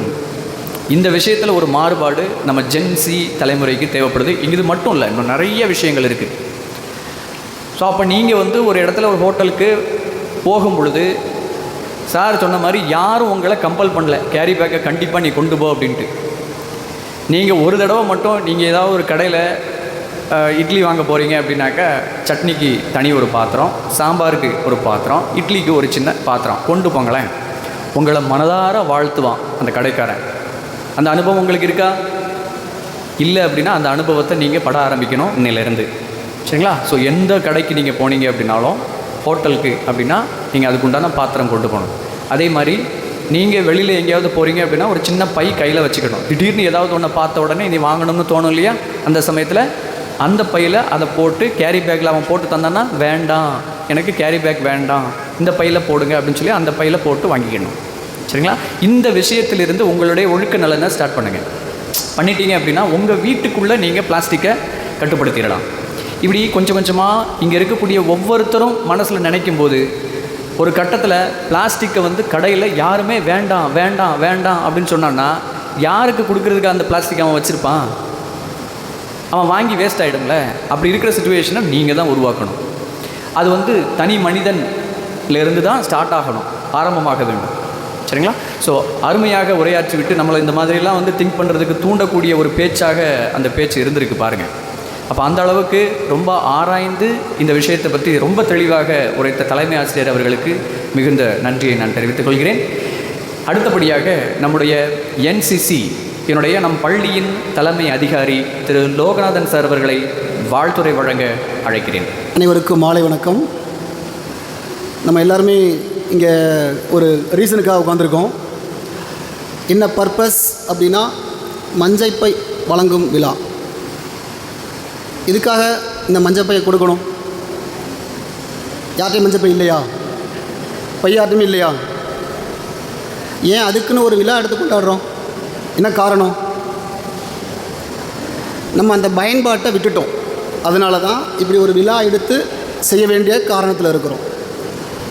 பிளாஸ்டிக்கை அவாய்ட் பண்ணுங்க அப்படின்னு சொல்கிறோம். பிளாஸ்டிக் இல்லாமல் நம்ம டெய்லி வாழ்கிறது கஷ்டம். ஆனால் நீ உட்காந்துருக்க சேர் பிளாஸ்டிக், நீ யூஸ் பண்ணுற பென் பிளாஸ்டிக், நம்ம பேசுகிறது எல்லாமே அந்த பிளாஸ்டிக்கை பற்றி பேசலை. இதெல்லாம் ரீசைக்கிளபிள். இப்போ பேசுகிற பிளாஸ்டிக் வந்து ஒரே ஒரு தடவை மட்டும் பயன்படுத்திட்டு அதை நம்ம அடுத்து பயன்படுத்த முடியாது. கேரி பேக்ஸ் அப்படின்னு சொல்கிறோம்ல, அந்த பிளாஸ்டிக்கை பற்றி தான் பேசிக்கிட்டு இருக்கோம். எல்லாருமே ஒரு கடைக்கு போகும்போது கேரி பேக் இருக்குது, அதனால் நம்ம பை எடுத்து போக வேணாம் அப்படின்னு சொல்கிற மனநிலை வந்துட்டோம். பேக்கை தூக்கிட்டு போகிறது பெரிய கஷ்டமான வேலையாக நம்ம ஃபீல் பண்ண ஆரம்பிச்சிட்டோம். அதனால தான் இன்னொரு விஷயம், ஒரு துணிப்பை 20 ரூபா 30 ரூபா விற்கிது, கேரி பேக் 1 ரூபாயில் கிடைக்கிது. அதனால் அது கொஞ்சம் மலிவாகவும் இருக்குது. அந்த ரீசன்னாலையும் நம்ம அடிக்கடி அதை பயன்படுத்த ஆரம்பிக்கிறோம். இன்றைக்கி நம்ம அந்த மலிவு விலையை பார்த்தோம்னா அது ஃப்யூச்சரில் மிகப்பெரிய பாதிப்பை ஏற்படுத்துது. நம்ம எல்லாம் செல்ஃபிஷாக திங்க் பண்ணி இன்றைக்கி இந்த நாள் போதும் அப்படின்னு ஃபீல் பண்ணுறத விட்டுட்டு, ஃப்யூச்சரில் பிளாஸ்டிக்கை நம்ம டோட்டலாக பயன்படுத்தாமல் இருக்கணும். இப்போ பயன்படுத்தாமல் இருந்தோம் அப்படின்னா ஃப்யூச்சர் ஜெனரேஷன் நல்லாயிருக்கும். நம்மளை பற்றி நம்ம மட்டும் யோசிச்சிட்டே இருக்கிறத விட நம்ம அடுத்த ஜெனரேஷனை பற்றி யோசித்தோம்னா நல்லாயிருக்கும். அதுக்காகத்தான் இந்த மாதிரி விழாக்கள் கொண்டாடிட்டு இருக்கோம். பிளாஸ்டிக் பைக்கு பதிலாக பேப்பர் பேக்ஸ் நிறைய இடத்துல கொடுக்குறாங்க. பேப்பர் பேக்ஸ் பயன்படுத்தலாம். அப்புறம் ஜூட் பேக்ஸ் இதெல்லாம் பயன்படுத்தலாம். அதே மாதிரி மஞ்சப்பை இந்த மாதிரி இதை பயன்படுத்தலாம். சார் சொன்னாங்க, ஹெட்மாஸ்டர் சொன்னாங்க, இப்போ ஒரு ஹோட்டலுக்குலாம் போகிறீங்க அப்படின்னா ஹோட்டலில் வந்து இந்த சால்னா குருமா இதெல்லாம் கொடுக்குறாங்க. அது எதில் கொடுக்குறாங்க? அவங்களே கட்டி தான் வச்சுருக்காங்க. நம்ம அதுக்கு பதிலாக பாத்திரம் கொண்டு போயிட்டோம்னா இந்த மாதிரி இதை அவாய்ட் பண்ணலாம். பிளாஸ்டிக் பயன்படுத்துகிற தப்பு. அதை விட அது சூடான பொருட்களை உள்ளே ஊற்றும் பொழுது அது மிகப்பெரிய பாதிப்பை ஏற்படுத்தும். இப்போ நிறைய டீ கடையில் கூட யாரும் அந்த முன்னாடி தூக்கெல்லாம் கொண்டு போய் டீ வாங்குவாங்க. இப்போ அதை யாரும் வாங்குறதே கிடையாது. அந்த பேக்ஸ், கேரி பேக்ஸ் தான் வச்சு யூஸ் பண்ணிகிட்டு இருக்காங்க. அதெல்லாம் ரொம்ப தீங்கு விளைவிக்கக்கூடியது. நம்ம யூஸ் பண்ணுற பேப்பர் கப்பில் கூட உள்ள ஒரு கோட்டிங் இருக்குது, அதுவே பயன்படுத்தக்கூடாதுன்னு தான் சொல்கிறாங்க. முடிஞ்ச அளவுக்கு அதை கொஞ்சம் தவிருங்க. நீங்கள் இதை கற்றுக்கிட்டு உங்கள் வீட்டில் உள்ள பெரியவங்களுக்கு சொன்னீங்கன்னா அதை அவங்க ஃபாலோ பண்ணுவாங்க. உங்களுக்கு அடுத்து வர ஜெனரேஷன்ஸ், ஒரு தம்பி தங்கச்சி இருக்காங்கல்ல, அவங்களுக்கு சொல்லுங்கள். அதுக்கு முன்னாடி நீங்கள் முதல்ல இதை கொஞ்சம் அவாய்ட் பண்ண பழகுங்க. ஓகே, நம்ம இந்த விழாவிற்கு வந்த அனைவரையும் மறுபடியும் வருக வருக என்று வரவேற்று என் சிறப்புரையை முடித்துக் கொள்கிறேன். நன்றி, வணக்கம். பாலித்தீன் பேக்கில் சூடான பொருட்கள் ஊற்றி சாப்பிட்றது இது தவிர்க்க முடியாத ஒரு விஷயமாக எல்லாரும் நினைக்கிறீங்க. ஆனால் அதை நீங்கள் நிச்சயமாக தவிர்க்க முடியும். நீங்கள் செல்லக்கூடிய இடங்களுக்கு அதற்குண்டான தயாரிப்புடன் நீங்கள் சென்றீங்க அப்படின்னா அதுக்கு பேர் ப்ரீ பிளானிங் அப்படிம்பாங்க, முன் திட்டமிடுதல். அந்த திட்டமிடுதலை நீங்கள் சரியானபடிக்கு நிறைவேற்றி விட்டீர்கள் என்றால் சரியானபடி நீங்கள் நெகிழியை தவிர்க்கலாம் உங்களுடைய வீடு மற்றும் சரௌண்டிங்கில். அடுத்தபடியாக நம்முடைய வாழ்த்துறை வழங்குவதற்காக நாட்டு நல பணித்திட்டத்தினுடைய திட்ட அலுவலர் முனைவர் உஷா அவர்களை அழைக்கிறேன். அனைவருக்கும் வணக்கம். நெகிழி அப்படிங்கிறத நம்ம நிறைய கிளாஸ்லேயும் நமக்கு எங்கெல்லாம் போகிறோமோ அங்கே எல்லாமே நமக்கு சொல்லியிருப்பாங்க. ஆனால் நம்ம ரொம்ப முக்கியமாக நம்ம கவனிக்க வேண்டியது இந்த நெகிழி பை அப்படின்னு சொல்லிட்டு மஞ்சள் பை இப்போ கொடுக்குறோம். இந்த நெகிழி பையை யூஸ் பண்ணக்கூடாது அப்படிங்கிறதுக்கு தான். சார் சொன்ன மாதிரி நம்ம முன்னாடி எல்லா சாருமே சொன்னாங்க, எல்லா பிளாஸ்டிக்ஸும் நம்ம பயன்படுத்திகிட்டு இருக்கோம். முடிஞ்ச வரையும் எல்லா பிளாஸ்டிக்கையும் நம்மளால் குறைக்கிறதுக்கு முயற்சி பண்ணணும். ஏன் நம்ம இந்த பிளாஸ்டிக்கை யூஸ் பண்ணக்கூடாது, யூஸ் அண்ட் த்ரோ பிளாஸ்டிக்ஸ் அப்படின்னா, நான் கேள்விப்பட்ட வரையும் ஒரு தடவை அந்த பிளாஸ்டிக் சன்லைட்லேயோ அல்லது வேறு ஏதாவது சூடுபடும் போதோ அதுலேருந்து உருவாகக்கூடிய மைக்ரோ பிளாஸ்டிக் நம்ம உடம்புக்குள்ளே போணுச்சு அப்படின்னா, நம்ம இப்போ புகைப்பிடித்தல் பழக்கம் நமக்கு இல்லை அப்படின்னாலும் 12 அந்த சிகரெட்டுக்கு சமம் அப்படின்னு நான் கேள்விப்பட்டிருக்கேன். அதாவது நம்ம பிளாஸ்டிக் மைக்ரோ பிளாஸ்டிக் உள்ளே போகிறது எவ்வளவு தீங்கானது அப்படின்னா 12 சிகரெட் பிடிக்கிறதுக்கு சமம் அப்படின்னு நான் கேள்விப்பட்டிருக்கேன். பட் அது எந்த அளவுக்குங்கிறது நம்ம பயாலஜி சாருக்கு தெரியும். அப்போ நமக்கு அதான் நம்ம எந்த கெட்ட பழக்கம் இல்லை, எனக்கு ஏன் கேன்சர் வந்திருக்கு அப்படின்னு நிறையா பேருக்கு ஒரு கேள்வி வந்திருக்கும். அந்த கேள்விக்கு விடையாக ஓரளவுக்கு இந்த பதில் இருக்கலாம் அப்படின்னு நான் நினைக்கிறேன். அதனால தான் எல்லோரும் இந்த நெகிழியை ஒழிக்கணும் அப்படிங்கிறதுல பெரும்பாலும் இந்த மைக்ரோ பிளாஸ்டிக்ஸை ஒழிக்கணும். முதல்ல அப்போ நம்ம மாறிக்கணும், அப்படி தானே? அந்த மாறிட்டு நம்ம இப்படிலாம் நடக்குது அப்படிங்கிறத நம்ம அறிவியல் பூர்வமாக நம்ம பள்ளி மாணவர்களாக படிச்சுட்ருக்கோம். அதை படிச்சுட்டு இருக்கும்போது நம்ம முதல்ல அதை செயல்படுத்திட்டு நம்ம எங்கே போனாலும் வந்தாலும் பையை எடுத்துகிட்டு போயிட்டு நம்ம வேண்டிய சாமான்களை முடிஞ்ச வரையும் இப்போ நம்மளே பார்த்தோம்னாலும் லஞ்ச் பேக் கொண்டு வரும்போது நிறைய பேர் லஞ்ச் பேக் கொண்டு வந்தாலும் அந்த சாப்பாடு கொட்டக்கூடாது அப்படிங்கிறதுக்காக நிறைய பேர் பிளாஸ்டிக் கவர் கொண்டார். அந்த பிளாஸ்டிக் கவர்லாம் இப்போ நமக்கு தேவையில்லை. முடிஞ்ச வரையும் அது டைட்டான பாக்ஸை கொண்டு அந்த பிளாஸ்டிக் கவரை குறைச்சோம்னாலே நம்ம பள்ளியில் கூட நிறைய பிளாஸ்டிக்கை குறைக்க முடியும். இதுதானே? அப்போ நம்மகிட்டேருந்து முதல்ல நெகிழி குறைக்கிறது அப்படிங்கிற பழக்கத்தை கொண்டாந்துட்டு அடுத்து நம்ம ஆசிரியர்கள்லாம் சொன்ன மாதிரி நம்மளுடைய குடும்பத்தினர் மற்றும் அடுத்து நம்மளுடைய ஊர், நம்மளை சுற்றி இருக்கிறவங்க, அதுக்கடுத்து நம்ம ஒரு விழிப்புணர்வை பெரிய இடத்துக்கு கொண்டு போகலாம். இப்போ நம்மளுக்கு இவங்கெல்லாம் வந்திருக்காங்க, சிறப்புரையாற்றவங்களாம் வந்திருக்காங்க. அவங்கெல்லாம் நிறைய இடங்களில் இதை பற்றியும் சொல்லியிருப்பாங்க. இப்போ உங்களுக்கும் சொல்ல வந்திருக்காங்க. அதே மாதிரி நீங்களும் ஒரு காலத்தில் இதற்கேற்ற விழிப்புணர்வை ஏற்படுத்துகிற அதிகாரிகளாக நீங்கள் வர்றதுக்கு வாய்ப்பு இருக்குது. அதனால் இப்போ நீங்கள் நெகிழியை குறைத்தீங்கன்னா தான் நீங்கள் நம்ம அடுத்தவங்களுக்கு சொல்ல முடியும் அப்படின்னு சொல்லி நீங்கள் நெகிழி பயன்படுத்துவதை குறைக்கிறத உங்களுடைய ஒரு உறுதிமொழியாக எடுத்துக்கிட்டு உங்கள் வாழ்க்கையில் பின்பற்றணும் அப்படின்னு கேட்டுட்டு எனக்கு வாய்ப்பளித்ததுக்கு நன்றி.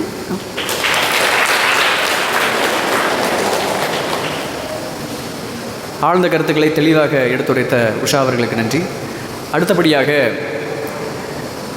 நம்முடைய தென்காசி மாவட்டத்தினுடைய தேசிய பசுமைப்படையின் மாவட்ட ஒருங்கிணைப்பாளர் திரு ஜெயபாலன் சார் அவர்களை சிறப்புரை ஆற்றுமாறு அன்புடன் அழைக்கிறேன். அனைவருக்கும் இனிய மாலை வணக்கம். நம்ம இதுவரைக்கும் போதுமான அளவுக்கு இன்ஃபர்மேஷன்ஸ் அந்த இன்ஸ்ட்ரக்ஷன்லாம் கேட்டிருக்கோம். இங்கே இருக்கிற எல்லாமே பார்த்தோம்னா மாணவர்கள் எல்லாமே NSS, NCC, அப்புறமா பசுமைப்படையில் உள்ள மாணவர்களாக இருக்கீங்க. இவங்க எல்லாருமே சமுதாய பணி ஆற்றக்கூடியவர்கள். அப்போ உங்களை கரெக்டாக சூஸ் பண்ணி இங்கே உட்கார வச்சுருக்காங்க. ரைட் பர்சன் இந்த ரைட் பிளேஸ்ன்னு சொல்லுவாங்க. அது மாதிரி நீங்கள் உங்களால் தான் இதெல்லாம் மாற்றத்தை கொண்டு வர முடியும் அப்படிங்கிற ஒரு நம்பிக்கை இங்கே இருக்கக்கூடிய எல்லாருக்குமே இருக்குது. கண்டிப்பாக நீங்கள் செய்வீங்க. அது எப்படி செய்யலாம் அப்படின்னு பார்த்தோம்னா நம்ம வீட்டிலேருந்தே ஆரம்பிக்கலாம் இல்லையா? வீட்டில் நம்ம அலமாரிகள், அதாவது மசாலா ஜாமான் வைக்கக்கூடிய பிளாஸ்டிக் எல்லாமே நம்ம ஃபஸ்ட்டு மாற்றலாம், சில்வராக மாற்றலாம். நம்ம தண்ணி பாட்டில் சில்வராக மாற்றலாம். இந்த மாதிரி ஒவ்வொன்றா சாரெல்லாம் நிறைய சொல்லிட்டாங்க. கடைகளுக்கு போகும்போது வரும்போது இந்த மாதிரி எல்லாமே சில்வர் ஐட்டமாக யூஸ் பண்ணும்போது பிளாஸ்டிக் என்ன செய்யலாம், மாற்றலாம். நம்ம வீட்லேயே 2-3 சைஸ் பேக் வச்சுக்கலாம் இல்லையா? பையிலே மார்க்கெட்டுக்கு போகிறதுக்கு ஒரு பை, பழங்கள் வாங்குறதுக்கு ஒரு பை, அல்லது மசாலா ஜாமான் வாங்குறதுக்கு ஒரு பை, இந்த மாதிரி ஒரு 5-6 பையை நம்ம வீட்டில் வச்சுருந்தோம்னா அவசரத்துக்கு எடுத்து போகிறக்கும் நமக்கு வசதியாக இருக்கும். நம்ம ஸ்கூல் வரும்போது நம்ம பேக்லேயும் ஒரு பையை வச்சுருந்தோம்னா என்ன செய்யலாம், போகும்போது ஏதாவது வாங்கினா வாங்கிட்டு போகலாம். இப்போ நாங்கள்லாம் அதை ஃபாலோ பண்ணிகிட்ருக்கோம் சார், ஃபாலோ பண்ணிட்டு இப்போ நாங்கள்லாம் அதை ஃபாலோ பண்ணிகிட்ருக்கேன். பைக்கில் இது இருக்கும், அது மாதிரி காரில் போனாலும் ஒரு 2 பையாவது இருக்கும், கட்டைப்பை இந்த மாதிரி இருக்கும். ஏதாவது அவசரத்துக்கு வாங்கினா அதை வச்சு தான் வாங்கிட்டு இருக்கோம். மேக்ஸிமம் நம்ம வீடுகளையே நம்ம என்ன செய்கிறோம், பிளாஸ்டிக் ஃப்ரீ ஹவுஸுங்கிற மாதிரி நம்ம மாற்றக்கு முயற்சி பண்ணிக்கிட்டு இருக்கோம். மேக்ஸிமம் இந்த பொம்மை வாங்குறது, சின்ன சின்ன பிளாஸ்டிக் விளையாட்டு ஜாமான் வாங்குறது அதெல்லாம் மாற்றிட்டு பயனுள்ள வகையில் இந்த சுற்றுச்சூழலுக்கு உகந்த மரக்கன்றுகள், இப்போ தான் நிறைய இன்டோர் பிளான்ட்ஸ் எல்லாம் நிறைய இருக்குது, அதெல்லாம் என்ன செய்யலாம், நம்ம வைக்கலாம். அது முடியாதது ஒன்று நம்ம சொல்ல முடியாது, இது நம்மளால் முடியாது அப்படிங்கிறத மாதிரி கிடையாது. எதுவுமே மாற்றக்கூடியது தான். 1000 மைல்களுக்கான பயணம் ஒரு சிறிய அடியில் தான் ஆரம்பிக்கிறதுன்னு சீன அறிஞர் சொன்னார். அது மாதிரி நம்ம செயல்படுத்தக்கூடிய எல்லா விஷயமே கண்டிப்பாக கொஞ்சம் ஸ்டெப் பை ஸ்டெப்பாக நம்மளால் செய்ய முடியும். நம்மளால் நிச்சயமாக மாற்றத்தை கொண்டு வர முடியும். அதுக்காக நம்ம ஒரு 4 R's ஞாபகத்தில் வச்சுட்டோம்னா நல்லாயிருக்கும். ஃபஸ்ட் வந்து reject plastic, reduce plastic, reuse plastic, recycle plastic. Reject plastic, எங்கெங்கெல்லாம் நம்ம பிளாஸ்டிக்கை அவாய்ட் பண்ண முடியும். உதாரணமாக சில பெரிய பெரிய ஹோட்டல்லாம் இப்போ வந்து பிளாஸ்டிக்கில் நமக்கு கட்டி தர மாட்டாங்க. கவர் கூட ஒரு காக்கி கவரில் தான் தராங்க. அதில் பார்சல் பண்ணிவிட்டு அப்புறமா ஒரு காக்கி கவர் தராங்க. சில பெரிய இந்த துணி கடைகள்லேயுமே இப்போ வந்து பிளாஸ்டிக் கவர் நமக்கு தர மாட்டேங்காங்க. எல்லாமே ஒரு சின்ன பையிலையோ அல்லது ஒரு காக்கி கவரில் தராங்க. அப்போ அதே மாதிரி எங்கெங்கெல்லாம் நம்ம பிளாஸ்டிக் இல்லாமல் அவாய்ட் பண்ண முடியுமோ அதை பண்ணோம்னா அது என்னது, ரிஜெக்ட் பிளாஸ்டிக். அப்புறம் ரெடியூஸ் பிளாஸ்டிக், எங்கெல்லாம் நம்ம பிளாஸ்டிக்கை குறைக்க முடியும். இப்போ உதாரணமாக நம்ம ஒரு எண்ணெய் வாங்க போகிறோம், 100 மில்லி எண்ணெய் வாங்குற இடத்துல நம்ம ஒரு 1/2 லிட்டர் வாங்கினோம்னு சொன்னால் அப்போ ஒரு பாக்கெட் தான் நமக்கு வரும். அப்போ 5 பாக்கெட்டாக வாங்குறத விட ஒரு பாக்கெட்டாக வாங்கிடலாம். 1/2 கிலோ மாவு வாங்குறதுக்கு போல் 1 கிலோ மாவு வாங்கலாம். வசதி உள்ளவங்க என்ன செய்யலாம், அப்படியெல்லாம் நம்ம செய்யும்போது நம்ம பிளாஸ்டிக் என்ன செய்ய முடியும், ரெடியூஸ் பண்ண முடியும். அது மாதிரி நம்ம திரும்ப திரும்ப பயன்படுத்தக்கூடிய பிளாஸ்டிக்குகள், சில இது கண்டிப்பாக நம்ம தேவைப்படக்கூடிய பிளாஸ்டிக்குகள், அதை வந்து திரும்ப திரும்ப பயன்படுத்தக்கூடிய வகையில் இருக்கக்கூடிய பிளாஸ்டிக் தான். நம்ம சார் சொன்ன மாதிரி சேர்ஸ் இந்த மாதிரிப்பட்ட ஐட்டங்களெல்லாம் அதை மாதிரி செஞ்சோம்னா அது ரீயூஸ் பிளாஸ்டிக், அந்த மாதிரி நம்ம செய்யணும். அடுத்து ரீசைக்கிள் பிளாஸ்டிக். இப்போ இதில் தான் நம்ம நிறைய தப்பு பண்ணுறோம். என்னென்னா பிளாஸ்டிக்கை எடுத்துகிட்டு அங்கங்கே த்ரோ பண்ணிடுறோம், அது காற்றுல அங்கங்கே பறந்துட்டு போயிடுது. இப்போ எல்லாம் வந்து உள்ளாட்சி அமைப்புகளில் ப்ராப்பராக என்ன செய்கிறாங்க, அந்த பிளாஸ்டிக்கெல்லாம் கலெக்ட் பண்ணுறாங்க வீடு தோறும் வந்து. அதனால் நீங்கள் என்ன செய்யணும், பிளாஸ்டிக்கை வந்து தனியாக கவர் பண்ணி வச்சுக்கணும், மக்கும் குப்பையை தனியாக வச்சுக்கணும். மக்காத பிளாஸ்டிக்கெல்லாம் தனியாக வச்சுட்டிங்கன்னா அவங்களே வந்து எடுத்துகிட்டு போயிடுவாங்க உள்ளாட்சிகளில். அப்போ அவங்க வந்து அதை இங்கே ஒரு இடத்துல ரீப்ரொடக்ஷனுக்காக கொடுத்துருவாங்க. அப்படி கொடுக்கும்போது நம்ம சுற்றுப்புற சூழல் வந்து நல்லா இருக்கும். அதனால் இந்த 4 விஷயங்களை ஞாபகத்தில் வச்சு கண்டிப்பாக மாணவர்களாகிய நீங்கள் இதை ஒரு முன்னெடுத்து செய்ய வேண்டும் என்று கேட்டுக்கொண்டு, இந்த சுற்றுச்சூழல் மன்றத்தில் நம்ம சார் வந்து எல்லாமே சிறப்பாக செய்வாங்க. அது மாதிரி இந்த விழாவும் சிறப்பாக செஞ்சுருக்காங்க. அது மாதிரி இங்கே இருக்கக்கூடிய ஆசிரியர்கள் எல்லாமே நல்லா எல்லா விஷயங்களும் கரெக்டாக பேசியிருக்காங்க. நம்ம தலைமை ஆசிரியர்கள் வந்து அதில் உள்ள எல்லா விஷயமுமே என்ன செஞ்சுருக்காங்க, அப்போ இன்ச் பை இன்ச் ஒவ்வொரு பாயிண்ட்டாக உங்களுக்கு தெளிவாக விளக்கியிருக்காங்க. இதை கண்டிப்பாக ஃபாலோ பண்ணுங்கள். இப்போ ஃபாலோ பண்ணுறது தான் மெயின். நம்ம திருவள்ளுவர் சொன்ன மாதிரி சொல்லுதல் யாருக்கும் எளிய, அறியவாம் சொல்லியவனம் செயல். அந்த சொல்லுதை நீங்கள் ஃபாலோ பண்ணணும்னு கேட்டுக்கிட்டு வாய்ப்புக்கு நன்றி கூறி விடைபெறுகிறேன். நன்றி. எந்த ஸ்கீமுக்கு கீழே உங்களுக்கு இந்த அவேர்னஸ் கொடுக்குறாங்க? ஒரு திட்டம் உங்கள் ஸ்கூலில் செயல்பட்டு கொண்டு இருக்கிறது. என்ன திட்டம் அது? பசுமை பள்ளி திட்டம். ஃப்ரண்டில் பெருசாக ஒரு பேனர் வச்சுருக்கீங்க தானே? சரி, இந்த பசுமை பள்ளி திட்டத்துக்கு கீழே என்னெல்லாம் பண்ணிகிட்ருக்கோம்? மரம் வளர்த்துருக்கீங்க. சரி, வேறு? பசுமை பள்ளி திட்டம் உங்கள் ஸ்கூலுக்கு வந்ததுக்கப்புறம் உங்கள் ஸ்கூலில் என்னெல்லாம் நீங்கள் பண்ணியிருக்கீங்கன்னு யோசித்து சொல்லுங்கள்.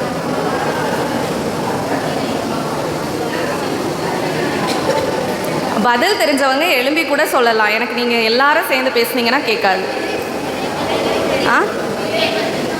விதைப்பந்து. சரி, ஓகே. விதைப்பந்தோட பயன்கள் என்ன? மரம் வளர்க்குறது. சரி, ஓகே. வேறு என்னெல்லாம் பண்ணியிருக்கீங்க? தண்ணி வேஸ்ட் பண்ண மாட்டிங்களா? ஓகே, சரி. வேறு? இந்த சுவர்லலாம் ஒரு சித்திரம் வரைஞ்சிருக்காங்கல்ல, பெயிண்டிங்ஸ்லாம் வரைஞ்சிருக்காங்கல்ல, பார்த்துருக்கீங்களா? என்னெல்லாம் எழுதியிருக்காங்க அதில்? ஒரு நிறைய வரைஞ்சிருக்காங்க. ஒரு 4 மட்டும் சொல்லுங்கள் பார்ப்போம். ஒரு 4 பேர் எழும்பி சொல்லுங்கள். நீங்களாம் எழும்பலைன்னா அப்புறம் நானாக கூப்பிடுவேன்.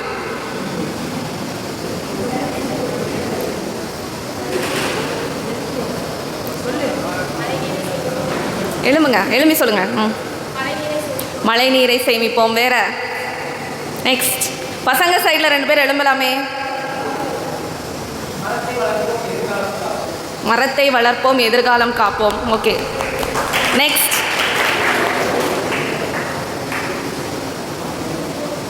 இந்த 2 மட்டும் தான் ஞாபகம் இருக்குதோ? எதுக்கு இங்கே இதெல்லாம் வரைஞ்சி வச்சுருக்கோம்? உங்கள் ஸ்கூல் கேம்பஸ்குள்ளே எதுக்கு இதெல்லாம் வந்து இந்த பெயிண்டிங்ஸ்லாம் பண்ணி இந்த வாக்கியங்கள்லாம் எழுதி வச்சுருக்காங்க? ஃபாலோ பண்ணணும். கரெக்ட். நீங்கள் ரீட் பண்ணணும், அதை மைண்டில் ஏற்றணும், அதை ஃபாலோ பண்ணணும். கரெக்டாக? இப்போதைக்கு நமக்கு 2 தான் ஞாபகம் இருக்குது. மரம் வளர்க்கணும், மரம் வளர்ப்போம், மழை நீரை சேமிப்போம் மட்டும்தான் இப்போதைக்கு 2 பேருக்கு ஞாபகம் இருக்குது. சரி, இனி அப்பப்போ நீங்கள் இந்த கிரவுண்டுக்கெலாம் வரும்போது எல்லாத்தையும் பார்த்து அதை நம்ம எப்படி ஃபாலோ பண்ணலாம் அப்படிங்கிறத நினச்சிக்கோங்க. சரியா? ஓகே. இதுக்கப்புறம் நம்ம ஸ்கூலில் வந்து இன்னும் நிறைய இது வந்து பண்ணுவோம். அது மரம் நடுறது இனி அடுத்து உங்களுக்கு பண்ணுவாங்க. அதில் வந்து ட்ரிப் இரிகேஷன் அப்படின்னு ஒன்று பண்ணுவோம். அது என்னது? சொட்டு நீர் பாசனம். நார்மல் தண்ணி ஊற்றுறதுக்கும் சொட்டு நீர் பாசனத்துக்கும் என்ன வித்தியாசம்?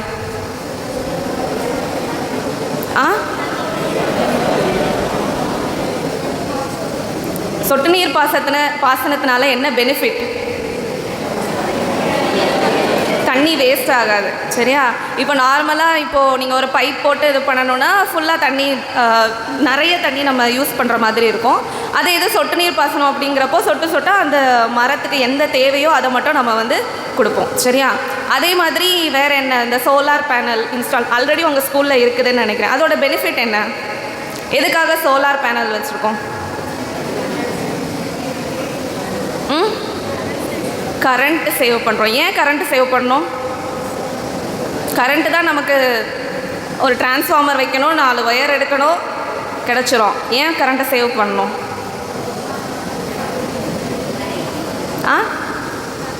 சொல்லுங்கள். பேக் சைடில் இருந்தெல்லாம் பேசலாம்.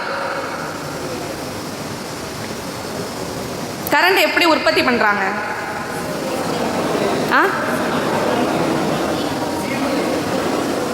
சூரிய ஒளி, காற்று, வேற நிலக்கரி,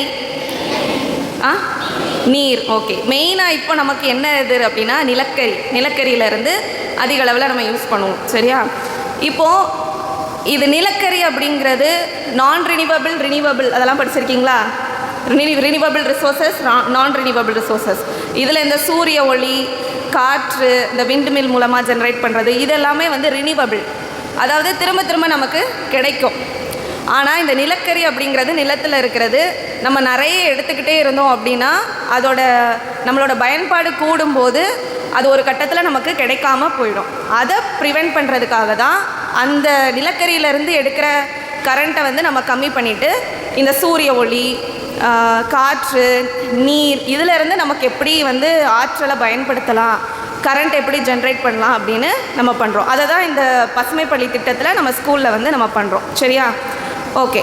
இப்போ நம்ம ஏன் அதை ஸ்கூல்ஸில் பண்ணணும்? ஏன் நாங்கள் எல்லோரும் உங்ககிட்ட வந்திருக்கோம்? இப்போ இன்றைக்கி நெகிழி பற்றி நிறைய பேசுனாங்க. ஏன் ரோட்டில் போய் பேசாமல் உங்ககிட்ட ஸ்கூலில் வந்து பேசுகிறோம்? சும்மா கூப்பிட்டாங்க வந்து இருந்தோம் அப்படியா? ஏன்? உங்ககிட்ட பேசினா நிறைய பேர்கிட்ட போய் ரீச் ஆகும். இப்போ நம்ம ரோட்டில் போய் பேசலாம், 4 பேர் வருவாங்க. அந்த 4 பேரும் போய் இன்னொருத்தட்ட சொல்லுவாங்களா அப்படின்னா அது டவுட்டு தான். அப்படி தானே? இதே இது இங்கே எத்தனை பேர் இருக்கீங்க? ஒரு 60 பேருக்கு மேலே இருப்பீங்கள்ல. இந்த 60 பேரும் கண்டிப்பாக இன்றைக்கி வீட்டில் போய் பேசுவீங்க தானே? வீட்டில் போய் உங்கள் அம்மா அப்பா கிட்ட, உங்கள் தாத்தா பாட்டி, உங்கள் சொந்தக்காரங்க கிட்ட இந்த மாதிரி எங்களுக்கு ஒரு ப்ரோக்ராம் நடந்துச்சு, இதெல்லாம் பண்ணாங்க அப்படின்னு சொல்லுவீங்க. அப்படி தானே? ஸோ அதுக்காக தான் உங்களை ஃபோக்கஸ் பண்ணி இந்த ப்ரோக்ராம்லாம் ஸ்கூல்ஸில் பண்ணிக்கிட்டு இருக்கோம். சரியா? இப்போ நம்ம டிஸ்ட்ரிக்டில் பார்த்தோம் அப்படின்னா டோட்டலாக 6 பசுமை பள்ளி தான் இருக்குது. நம்ம டிஸ்ட்ரிக்டில் டோட்டலாக எவ்வளோ ஸ்கூல்ஸ் இருக்குது தெரியுமா? 1000க்கு மேலே ஸ்கூல்ஸ் இருக்குது. ஆனால் அதில் ஒன் ஆஃப் த ஸ்கூல் 6 ஸ்கூலில் ஒன்றா உங்களை வச்சுருக்கோம். அப்போ நீங்கள் என்ன பண்ணணும் அப்படின்னா இந்த சுற்று வட்டாரத்தில் இருக்கிற ஸ்கூல்ஸ் எல்லாத்துக்குமே நீங்கள் தான் என்னது ஒரு மாதிரி பள்ளி. நீங்கள் போய் சொல்லிக் கொடுக்கணும் 4 பேர்கிட்ட. உங்கள் ஃப்ரெண்ட்ஸ்லாம் இருப்பாங்கள்ல வேறு ஸ்கூலில் படிக்கிறவங்க, அவங்கக்கிட்ட நீங்கள் சொல்லிக் கொடுக்கணும். சரியா? அதுக்காக தான் இந்த திட்டங்களை நம்ம ஸ்கூல்லலாம் பண்ணி உங்ககிட்ட கொண்டு வரோம். சரி, அப்போ இன்னைக்குள்ள தீம்குள்ளே வரலாம். இன்றைக்கி என்னது? நெகிழியை ஒழிக்கணும். சரி, நிறைய விஷயங்கள் உங்ககிட்ட சொல்லிட்டாங்க, அப்படி தானே? சரி, ஓகே. நம்ம இதில் வந்து மெயினாக நம்ம பார்த்தோம் அப்படின்னா எல்லா பயன்பாட்டையும் நம்மளால் உடனே நிறுத்த முடியாது.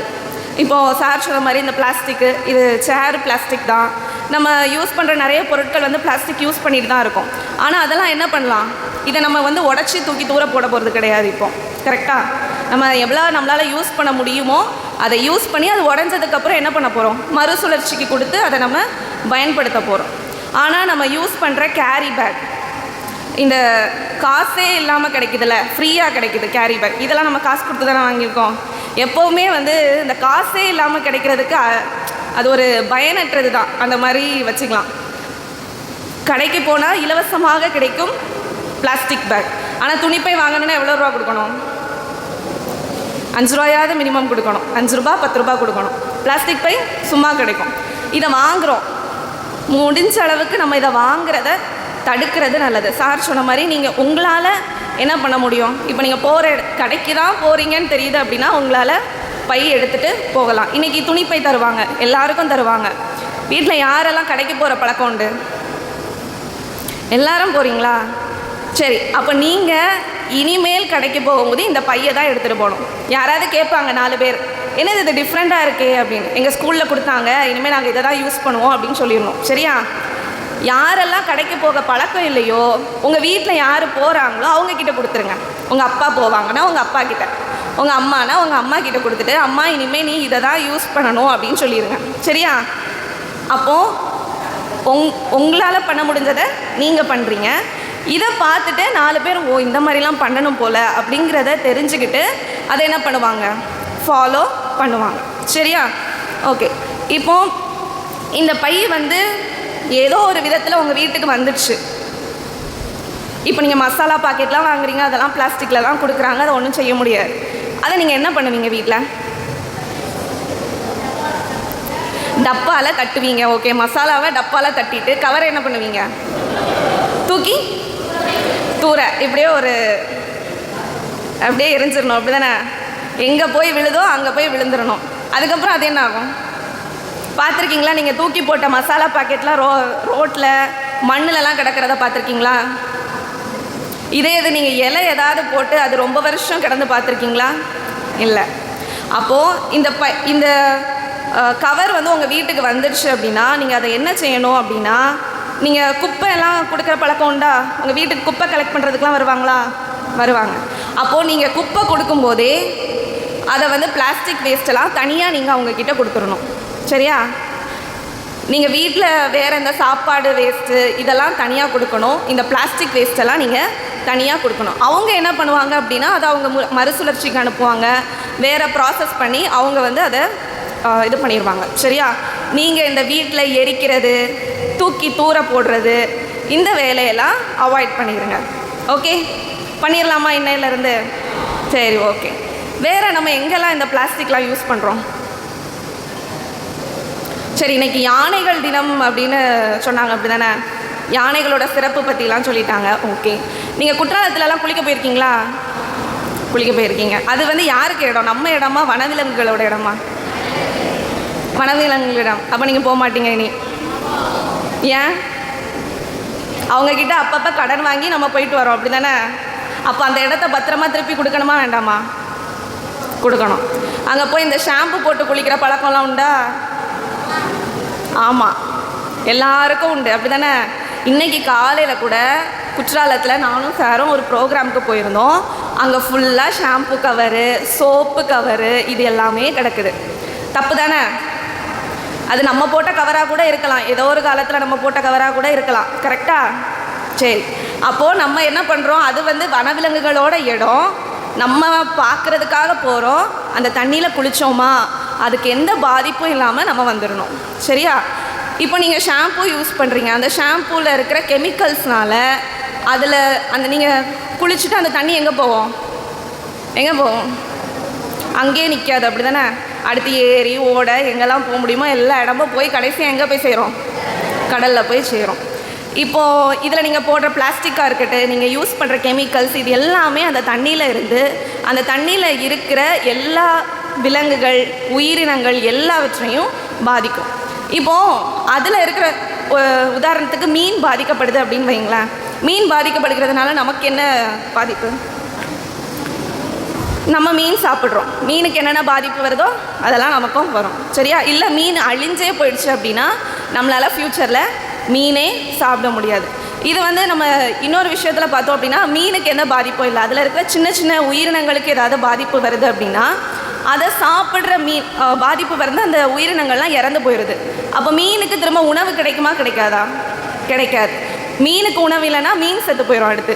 அப்போ நம்ம மீனை சாப்பிட்ணுன்னு வெயிட் பண்ணுறோம், மீன் செத்து போயிடுச்சு. அப்போ மீன் இல்லாதப்போ நம்மளால் என்ன பண்ண முடியாது? நமக்கும் மீன் கிடைக்காது, அதுக்கப்புறம் சும்மா தான் இருக்கணும். இந்த ஆர்டிஃபிஷியல் இன்டெலிஜென்ஸ்லாம் சொல்கிறாங்களா, அப்படி ஏதாவது மீன் உற்பத்தி பண்ண முடிஞ்சால் தான் பண்ணி எடுக்க முடியுமே தவிர நம்மளால் என்ன பண்ண முடியாது. நேச்சுரலாக கிடைக்கிற எந்த விஷயத்தையுமே நம்மளால் அனுபவிக்க முடியாது. ஸோ அதனால தான் உங்ககிட்ட இந்த பள்ளி மாணவர்கள்ட்ட இப்போவேங்கிறத இதுவே கொஞ்சம் ரொம்ப நம்ம கிளைமேட்லாம் நிறைய சேஞ்சஸ் வந்ததுக்கப்புறம் தான் இந்த இனிஷியேட்டிவ்லாம் நம்ம எடுத்து பண்ணுறோம். இப்போ கூட நீங்கள் பார்த்தீங்க அப்படின்னா குற்றாலத்தில் இது ஒரு சீசன் டைம், ஆனால் அந்தளவுக்கு தண்ணி இல்லை, அந்தளவுக்கு மழை இல்லை, கரெக்டாக? அதுக்கு காரணம் எல் நினோ அப்படின்னு சொல்கிறாங்க. ஸோ அது கிளைமேட்டில் நடக்கிற சேஞ்சஸ். ஸோ இதுக்கு நம்மளும் ஒரு காரணமாக இருக்கிறோம். நம்ம தான் இந்த உலகத்திலே பார்த்தோன்னா நம்ம தான் சென்டர், ஹியூமன். ஏன்னா நமக்கு தான் என்ன நினச்சாலும் நம்ம பண்ண முடியும், அப்படி தானே? இப்போ காரில் போகணுன்னா காரில் போகலாம், பைக்கில் போகணுன்னா பைக்கில் போகலாம், நடந்து போகணுன்னா நடந்து போகலாம். ஆனால் வனவிலங்குகள்லாம் என்ன தான் பண்ண முடியும்? நடந்து மட்டும்தான் போக முடியும். அதால் அதுக்கு இருக்கிற இடத்துல மட்டும்தான் வாழ முடியும், அதுக்கு இருக்கிற உணவுகளை மட்டும்தான் சாப்பிட முடியும். நமக்கு அப்படி கிடையாது. ஒரு பொருள் இருக்குன்னா அதை எத்தனை வகையாக நம்ம சாப்பிட்லான்னு பார்த்துட்ருக்கோம். மைதாவை எப்படி சாப்பிட்றோம்? பரோட்டா செஞ்சு சாப்பிட்றோம், பீஸா செஞ்சு சாப்பிட்றோம். அந்த மாதிரி நமக்கு அந்த அறிவு இருக்குது, ஆனால் விலங்குகளுக்கு அந்த அறிவுலாம் கிடையாது. அப்போது அதுக்குள்ள ஹேபிடேட்டை நம்ம அதுக்கு பத்திரமா நம்ம கொடுத்துடணும். அப்போ நம்மளால் என்ன பண்ண முடியும்? இந்த வனவிலங்குகளாக இருக்கட்டும், இந்த இயற்கையை பாதுகாக்கிறதுக்கு நம்மளால் என்ன பண்ண முடியும் அப்படின்னா, இவங்க சொன்ன மாதிரி மழை நீரை சேகரிக்கலாம், சேமிக்கலாம். தண்ணீரை நம்மளால் எவ்வளவு கம்மியாக யூஸ் பண்ண முடியுமோ அவ்வளவு கம்மியாக யூஸ் பண்ணலாம். இப்போது தென்காசியை பொறுத்த வரைக்கும் உங்களுக்கு தண்ணி பஞ்சம்லாம் இருக்காதுன்னு நினைக்கிறேன், அப்படி தானே? எப்போனாலும் டேப்பை திறந்தால் தண்ணி வந்துடும். ஆனால் இதே இது நீங்கள் சென்னையெல்லாம் யோசித்து பாருங்கள். அங்கே இருக்கிற யார்ட்டையாவது நீங்கள் பேசியிருக்கீங்களா? காலையில் 1 மணி நேரம் தான் தண்ணி வரும், 2 மணி நேரம் தான் தண்ணி வரும். அந்த நேரத்துக்குள்ளே அவங்க எல்லாத்தையும் பிடிச்சி வச்சுருக்கணும். அப்போ அவங்க தானே அங்கே கஷ்டப்படுறாங்க, நமக்கு என்ன பிரச்சனை அப்படின்னு இருக்கக்கூடாது, சரியா? அவங்களால அங்கே தண்ணியை ஸ்டோர் பண்ண முடியாது, ஆனால் நமக்கு இங்கே நிறைய இடங்கள் இருக்குது, கரெக்டாக? அப்போது இந்த நமக்கு இருக்கிற ஃபெசிலிட்டிஸில், நமக்கு இருக்கிற சூழலில் நம்மளால் என்ன பண்ண முடியுமோ அதை பண்ணி சுற்றுச்சூழலை பாதுகாக்கணும். இப்போ இன்றைக்கி உங்கள் எல்லாருக்குமே துணிப்பை கொடுப்பாங்க, அதை எல்லாரும் யூஸ் பண்ணுறீங்க. அடுத்த தடவை வரும்போது நான் கேட்பேன், சரியா? எப்போ வரேன்னு தெரியாது, ஆனால் நான் வரும்போது எல்லாரையும் கொண்டு வர சொல்வேன், சரியா சார்? நோட் பண்ணி வச்சுக்கோங்க சார், எந்த கிளாஸ் வந்திருக்காங்கன்னு. ஸோ எல்லோரும் கொண்டு எங்ககிட்ட காமிக்கணும். காமிச்சா எப்படி புதுசாக கொண்டு காமிக்கக்கூடாது. யூஸ் பண்ணியிருந்தால் அது எப்படி இருக்குமோ அந்த மாதிரி நான் பார்க்கணும், ஓகேவா? சரி, ஓகே. ஸோ வாய்ப்பளித்த தலைமை ஆசிரியர் எல்லாருக்கும் நன்றி.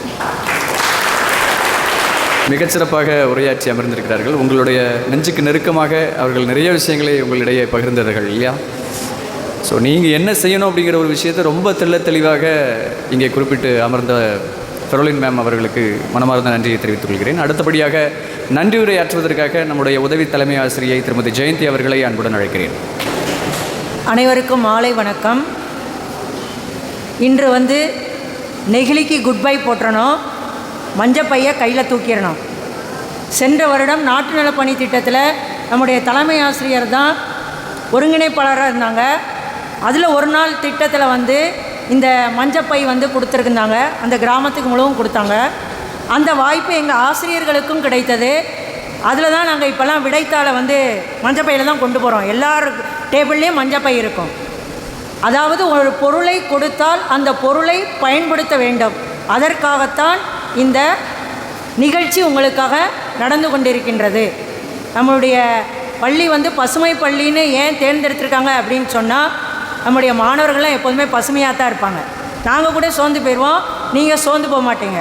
எதுக்காக சொல்கிறேன் அப்படின்னு சொன்னால், நாட்டு நல பணி திட்டம் மூலமாக நடப்பட்ட மரம் செடிகளாக இருந்தாலும் சரி, தேசிய பசுமைப்படை சார்பாக நடப்பட்ட மரம் செடி கொடியாக இருந்தாலும் சரி, ஆளுக்கு ஒரு குடத்தை தூக்கிடுவாங்க. 5 பேருக்கு ஒரு குடம் கொடுத்துருப்பாங்க. அந்த குடத்தினால காலையில் சீக்கிரமாக வந்து என்ன செய்வாங்க அப்படின்னு சொன்னால், அந்த செடிகளுக்கு தண்ணீர் விடுவாங்க. ஒரு திட்டம் தீட்டப்படுகின்றது என்றால் அந்த திட்டம் செயல்பட்டால்தான் அந்த திட்டம் பூர்த்தியாகின்றது அப்படின்னு அர்த்தம். அந்த திட்டங்கள் முழுவதும் நம் பள்ளியில் இருக்கக்கூடிய அனைத்து திட்டங்களும் பூர்த்தியாகி கொண்டு வருகின்றன. இனி வரும் காலங்களில் நீங்கள் இந்த பேக் கொண்டு வரக்கூடாது. நாங்கள்லாம் பள்ளிக்கூடத்துக்கு மஞ்சப்பை தான் கொண்டு போனோம். அதே மாதிரி நீங்கள் பெரிய மஞ்சப்பையாக தச்சு என்ன செய்யணும், பள்ளிக்கூடத்துக்கு கொண்டு வரணும். அப்போ உங்களுக்கு இந்த கூன் வலி, குறுக்கு வலி அதெல்லாம் வராது. மஞ்சப்பையை தூக்கிப்பார், அதனுடைய மகிமை அப்பொழுதுதான் தெரியும். சரியா? அதனால் மஞ்சப்பையோட தான் மேடம் சொன்ன மாதிரி நீங்கள் எல்லோரும் வரணும். இந்த திட்ட செயல்பாடு ரொம்ப மிகச்சிறப்பாக நடந்து கொண்டிருக்கின்றது. இதற்கு தலைமை ஏற்று சிறப்புரையாற்றி அமைந்திருக்கும் நம் பள்ளியினுடைய தலைமை ஆசிரியர் அவர்களுக்கு தேசிய பசுமைப்படை சார்பாக நன்றியை தெரிவித்துக் கொள்கிறேன். அடுத்ததாக தேசிய பசுமைப்படை மாவட்ட ஒருங்கிணைப்பாளர் திரு ஜெயபாலன் அவர்களுக்கு நம் தேசிய பசுமைப்படை சார்பாக நன்றியை தெரிவித்துக் கொள்கிறேன். எண்ணற்ற வினாக்கள் உங்கள்கிட்ட கேட்டாங்க. நாளைக்கு சாப்பிட போகும்பொழுது அங்கே என்னென்ன வாசகங்கள் எழுதியிருக்குன்னு சொல்லி நான் தமிழ் வகுப்பில் கேட்பேன். டீச்சர் இப்போ போயிடுவாங்க, மேடம் இப்போ போயிடுவாங்க. ஆனால் நான் கேட்பேன், அங்கே என்னென்ன வாசகங்கள் எழுதி போட்டு இருக்கின்றது அப்படின்னு யாரையாவது எழுப்பி நான் என்ன செய்வேன்னா கேட்பேன். அத்துணை வாசகங்களையும் நீ படிச்சிருக்கணும். தேசிய பசுமைப்படையில் இருக்கிறவங்க கண்டிப்பாக தேசிய பசுமைப்படை சார்பாக என்னென்ன பள்ளியிலே நடந்து கொண்டு இருக்கின்றது அந்த செயல்பாடுகளையும் நீ தெரிஞ்சு வச்சுருக்கணும். அப்போ தான் அது உன்னை வந்து சென்றடைகிறதுன்னு. நம்முடைய இதில் வந்து நம்ம எல்லாம் என்ன செய்வோம், திடீர்னு லட்டு உருண்டை உருட்டுவோம் அல்லது பொரியடலை உருண்டை உருட்டுவோம். ஆனான்னு பார்த்தா திடீர்னு 3 நாள் பார்த்தா என்ன உருண்டை உருட்டிகிட்டு இருந்தீங்க, மண் உருண்டையே உருட்டிகிட்டு இருந்தீங்க. அந்த மண்ணுக்குள்ளே என்ன வச்சுருந்தீங்க, விதை வைத்திருந்தீங்க. ஏன் அப்படின்னு சொன்னால், ஏதாவது ஒரு மூலமாக நம்முடைய மரங்களை வளர்க்கக்கூடிய தன்மை போய்விடக்கூடாது என்பதற்காகத்தான் அந்த விதைப்பந்தை நாம் தயார் செய்தோம். எதற்காக மாணவர்களிடத்தில் அதை செய்ய சொல்கிறேன்னு சொன்னால், உனக்கு ஆசை வரணும். இந்த விதைப்பந்தை தயாரித்து மற்றவர்கள்ட்ட கொடுத்து இந்த மரத்தை வளர்க்க சொல்கிறத விட நம்ம ஒவ்வொருத்தரும் நம்மளுடைய வீட்டில் எவ்வளவு செடியை நம்ம வளர்க்க முடியும் அப்படிங்கிறத வந்து உன் மனசில் ஆழமாக தோன்றணும் என்பதற்காகத்தான் இதை மாதிரி திட்டங்கள்லாம் தீட்டியிருக்கின்றது. அப்படி வந்து பல கருத்துக்களை உங்களுக்கு சொல்லி இங்கே அமர்ந்திருக்கோம். அவங்களுடைய பேரை பார்த்தா க்ரீன் ஃபெல்லோ, நமக்கு பசுமை வெள்ளைன்னு பேரை கொடுத்துருக்காங்க. மாவட்ட ஆட்சியர் அலுவலகத்திலே இந்த பசுமை நம்முடைய மாவட்டத்தை எப்படி பசுமை ஆக்குவது அதற்காக ஒரு ஆளை நியமித்திருக்கிறாங்க. அவங்க வந்து உங்கள்கிட்ட சொன்ன கருத்துக்களை எல்லாம் மனதில் வாங்கி நம்முடைய தெருவில், நம்முடைய ஊரில், நம்முடைய கிராமத்தில் அடுத்த தடவை மேடம் வரும் பொழுது எங்கள் ஊருக்கு வந்து பாருங்கள், எல்லாருமே மஞ்சப்பையில் தான் சாமான் வாங்குறாங்க. அப்படி மஞ்சப்பையில் சாமான் வாங்கணும்னா நீ முதல்ல அதை கடைப்பிடிக்கணும். அதனால் இனி வரும் காலங்களில் நெகிழிப்பையை நீ தூக்காமல் மஞ்சப்பையை என்ன செய்யணும், தூக்கணும் அப்படின்னு சொல்லி பல கருத்துக்களை சொல்லி இங்கு அமர்ந்திருக்கும் கரோலின் மேடம் அவர்களுக்கு நம்முடைய தேசிய பசுமைப்படை சார்பாக நன்றியை தெரிவித்துக் கொள்கிறோம். வரலாற்றில் மூவேந்தர்களும் சேரவே முடியாது. வரலாற்றில் மூவேந்தர்களும் சேரவே முடியாது. ஏன்னா சேர, சோழ, பாண்டியர் என்னதாவது எங்கேயாவது போயிட்டே இருப்பாங்க, சண்டை போட்டுகிட்டே இருப்பாங்க. 3 அணியினரும் சேருவது இந்த பள்ளியில் வந்து 20 வருடம் ஆயிட்டு இப்போ தான் நான் பார்க்குறேன். ஏன் அப்படின்னு சொன்னால், ஏன் 3 இயக்கங்களையும் ஒன்றுபோல் இணைத்திருக்கின்றார்கள் என்றால், நாட்டுக்கு செய்யக்கூடியவர்கள் இங்கே இருக்கின்றீர்கள், சமுதாயத்திற்கு செய்யக்கூடியவர்கள் இங்கே இருக்கின்றீர்கள், அடுத்தது நம்ம நாட்டை வளமைப்படுத்துவது எப்படிங்கிறவங்களும் இங்கே இருக்கிறீங்க. அதனால் அந்தந்த இயக்க தலைவர்களும் இங்கே வந்திருக்கிறாங்க. அவர்களை வாழ்த்துரை வழங்கி அமர்ந்திருக்கிறார்கள். முதலில் நம்முடைய என்சிசி ஒருங்கிணைப்பாளர் திரு லோகநாதன் சார் அவர்களுக்கு நம்முடைய தேசிய பசுமைப்படை சார்பாக நன்றியை தெரிவித்துக் கொள்கிறேன். அடுத்ததாக என்எஸ்எஸ் திட்டத்தினுடைய ஒருங்கிணைப்பாளர் டாக்டர் உஷா அவர்களுக்கு நம் தேசிய பசுமைப்படை சார்பாக நன்றியை தெரிவித்துக் கொள்கிறேன். முதல்ல ஒரு ஆளை கூப்பிட்டுட்டாங்க. அந்த சார் எப்போ வந்தாலும் ஜோக் அடித்து ஏதாவது சொல்லிட்டு தான் போவாங்க. முதல்ல கூப்பிட்டதுனால என்னவோ தெரியல 2 நிமிஷத்தில் பேசிட்டு போய் உக்காந்துட்டாங்க. என்ன அப்படி 2 நிமிடங்களில் பேசினாலும் உங்களுக்கு அருமையான கருத்துக்களை கூறி அமர்ந்திருக்கும் நம் பள்ளியினுடைய முதுகலை ஆசிரியை ஆங்கில ஆசிரியை திரு சேகர் அவர்களை நம்முடைய தேசிய பசுமைப்படை சார்பாக நன்றியை தெரிவித்துக் கொள்கிறேன். எப்போதுமே ஓடிட்டே இருப்பார், நிற்க மாட்டார். என்னன்னாலும் என்ன சொன்னாலும் சரி வேகமாக போய் அந்த வேலையை செய்து கொண்டே இருப்பார். நம்முடைய பள்ளிக்கு அதிகமான பெருமை சேர்த்து கொண்டிருக்கிறார். நல்லாசிரியர் விருது வாங்கியிருக்கிறாரு. நம்முடைய பள்ளிக்கு பசுமை பள்ளிங்கிற பேரை வாங்கியிருக்கிறாரு. அடுத்தது என்னென்னலாம் செய்ய முடியும் நம்ம பள்ளிக்கு யோசிச்சுட்டு இருக்கிறாரு. புரிஞ்சுதா? யோசித்து நம்மளுடைய பள்ளியை எவ்வாறு தேசிய பசுமைப்படை மூலமாக இந்த பள்ளியினுக்கு பெருமை சேர்க்க வேண்டும் அப்படிப்பட்ட எண்ணங்கள் மனதிலே இருக்கின்றது. அதெல்லாம் உங்கள்கிட்ட செயல்படுத்த இருக்கிறாங்க. அதுக்கு இந்த மாவட்ட தேசிய பசுமைப்படை ஒருங்கிணைப்பாளரும் நம்முடைய மாவட்ட ஆட்சியர் அலுவலகத்தில் வந்திருக்கக்கூடிய கிரீன் ஃபெல்லோ மேடமும் அவர்களுக்கு ஒத்துழைப்பு தருமாறு அன்போடு கேட்டுக்கொண்டு இத்தனை அருமையான ஒரு காரியத்தை குறுகிய காலத்தில் ஏற்பாடு செய்து கொடுத்த நம் தேசிய பசுமைப்படை ஒருங்கிணைப்பாளருக்கு திரு துரை அவர்களுக்கு நம் சார்பாக நன்றியை தெரிவித்துக் கொள்வோம்.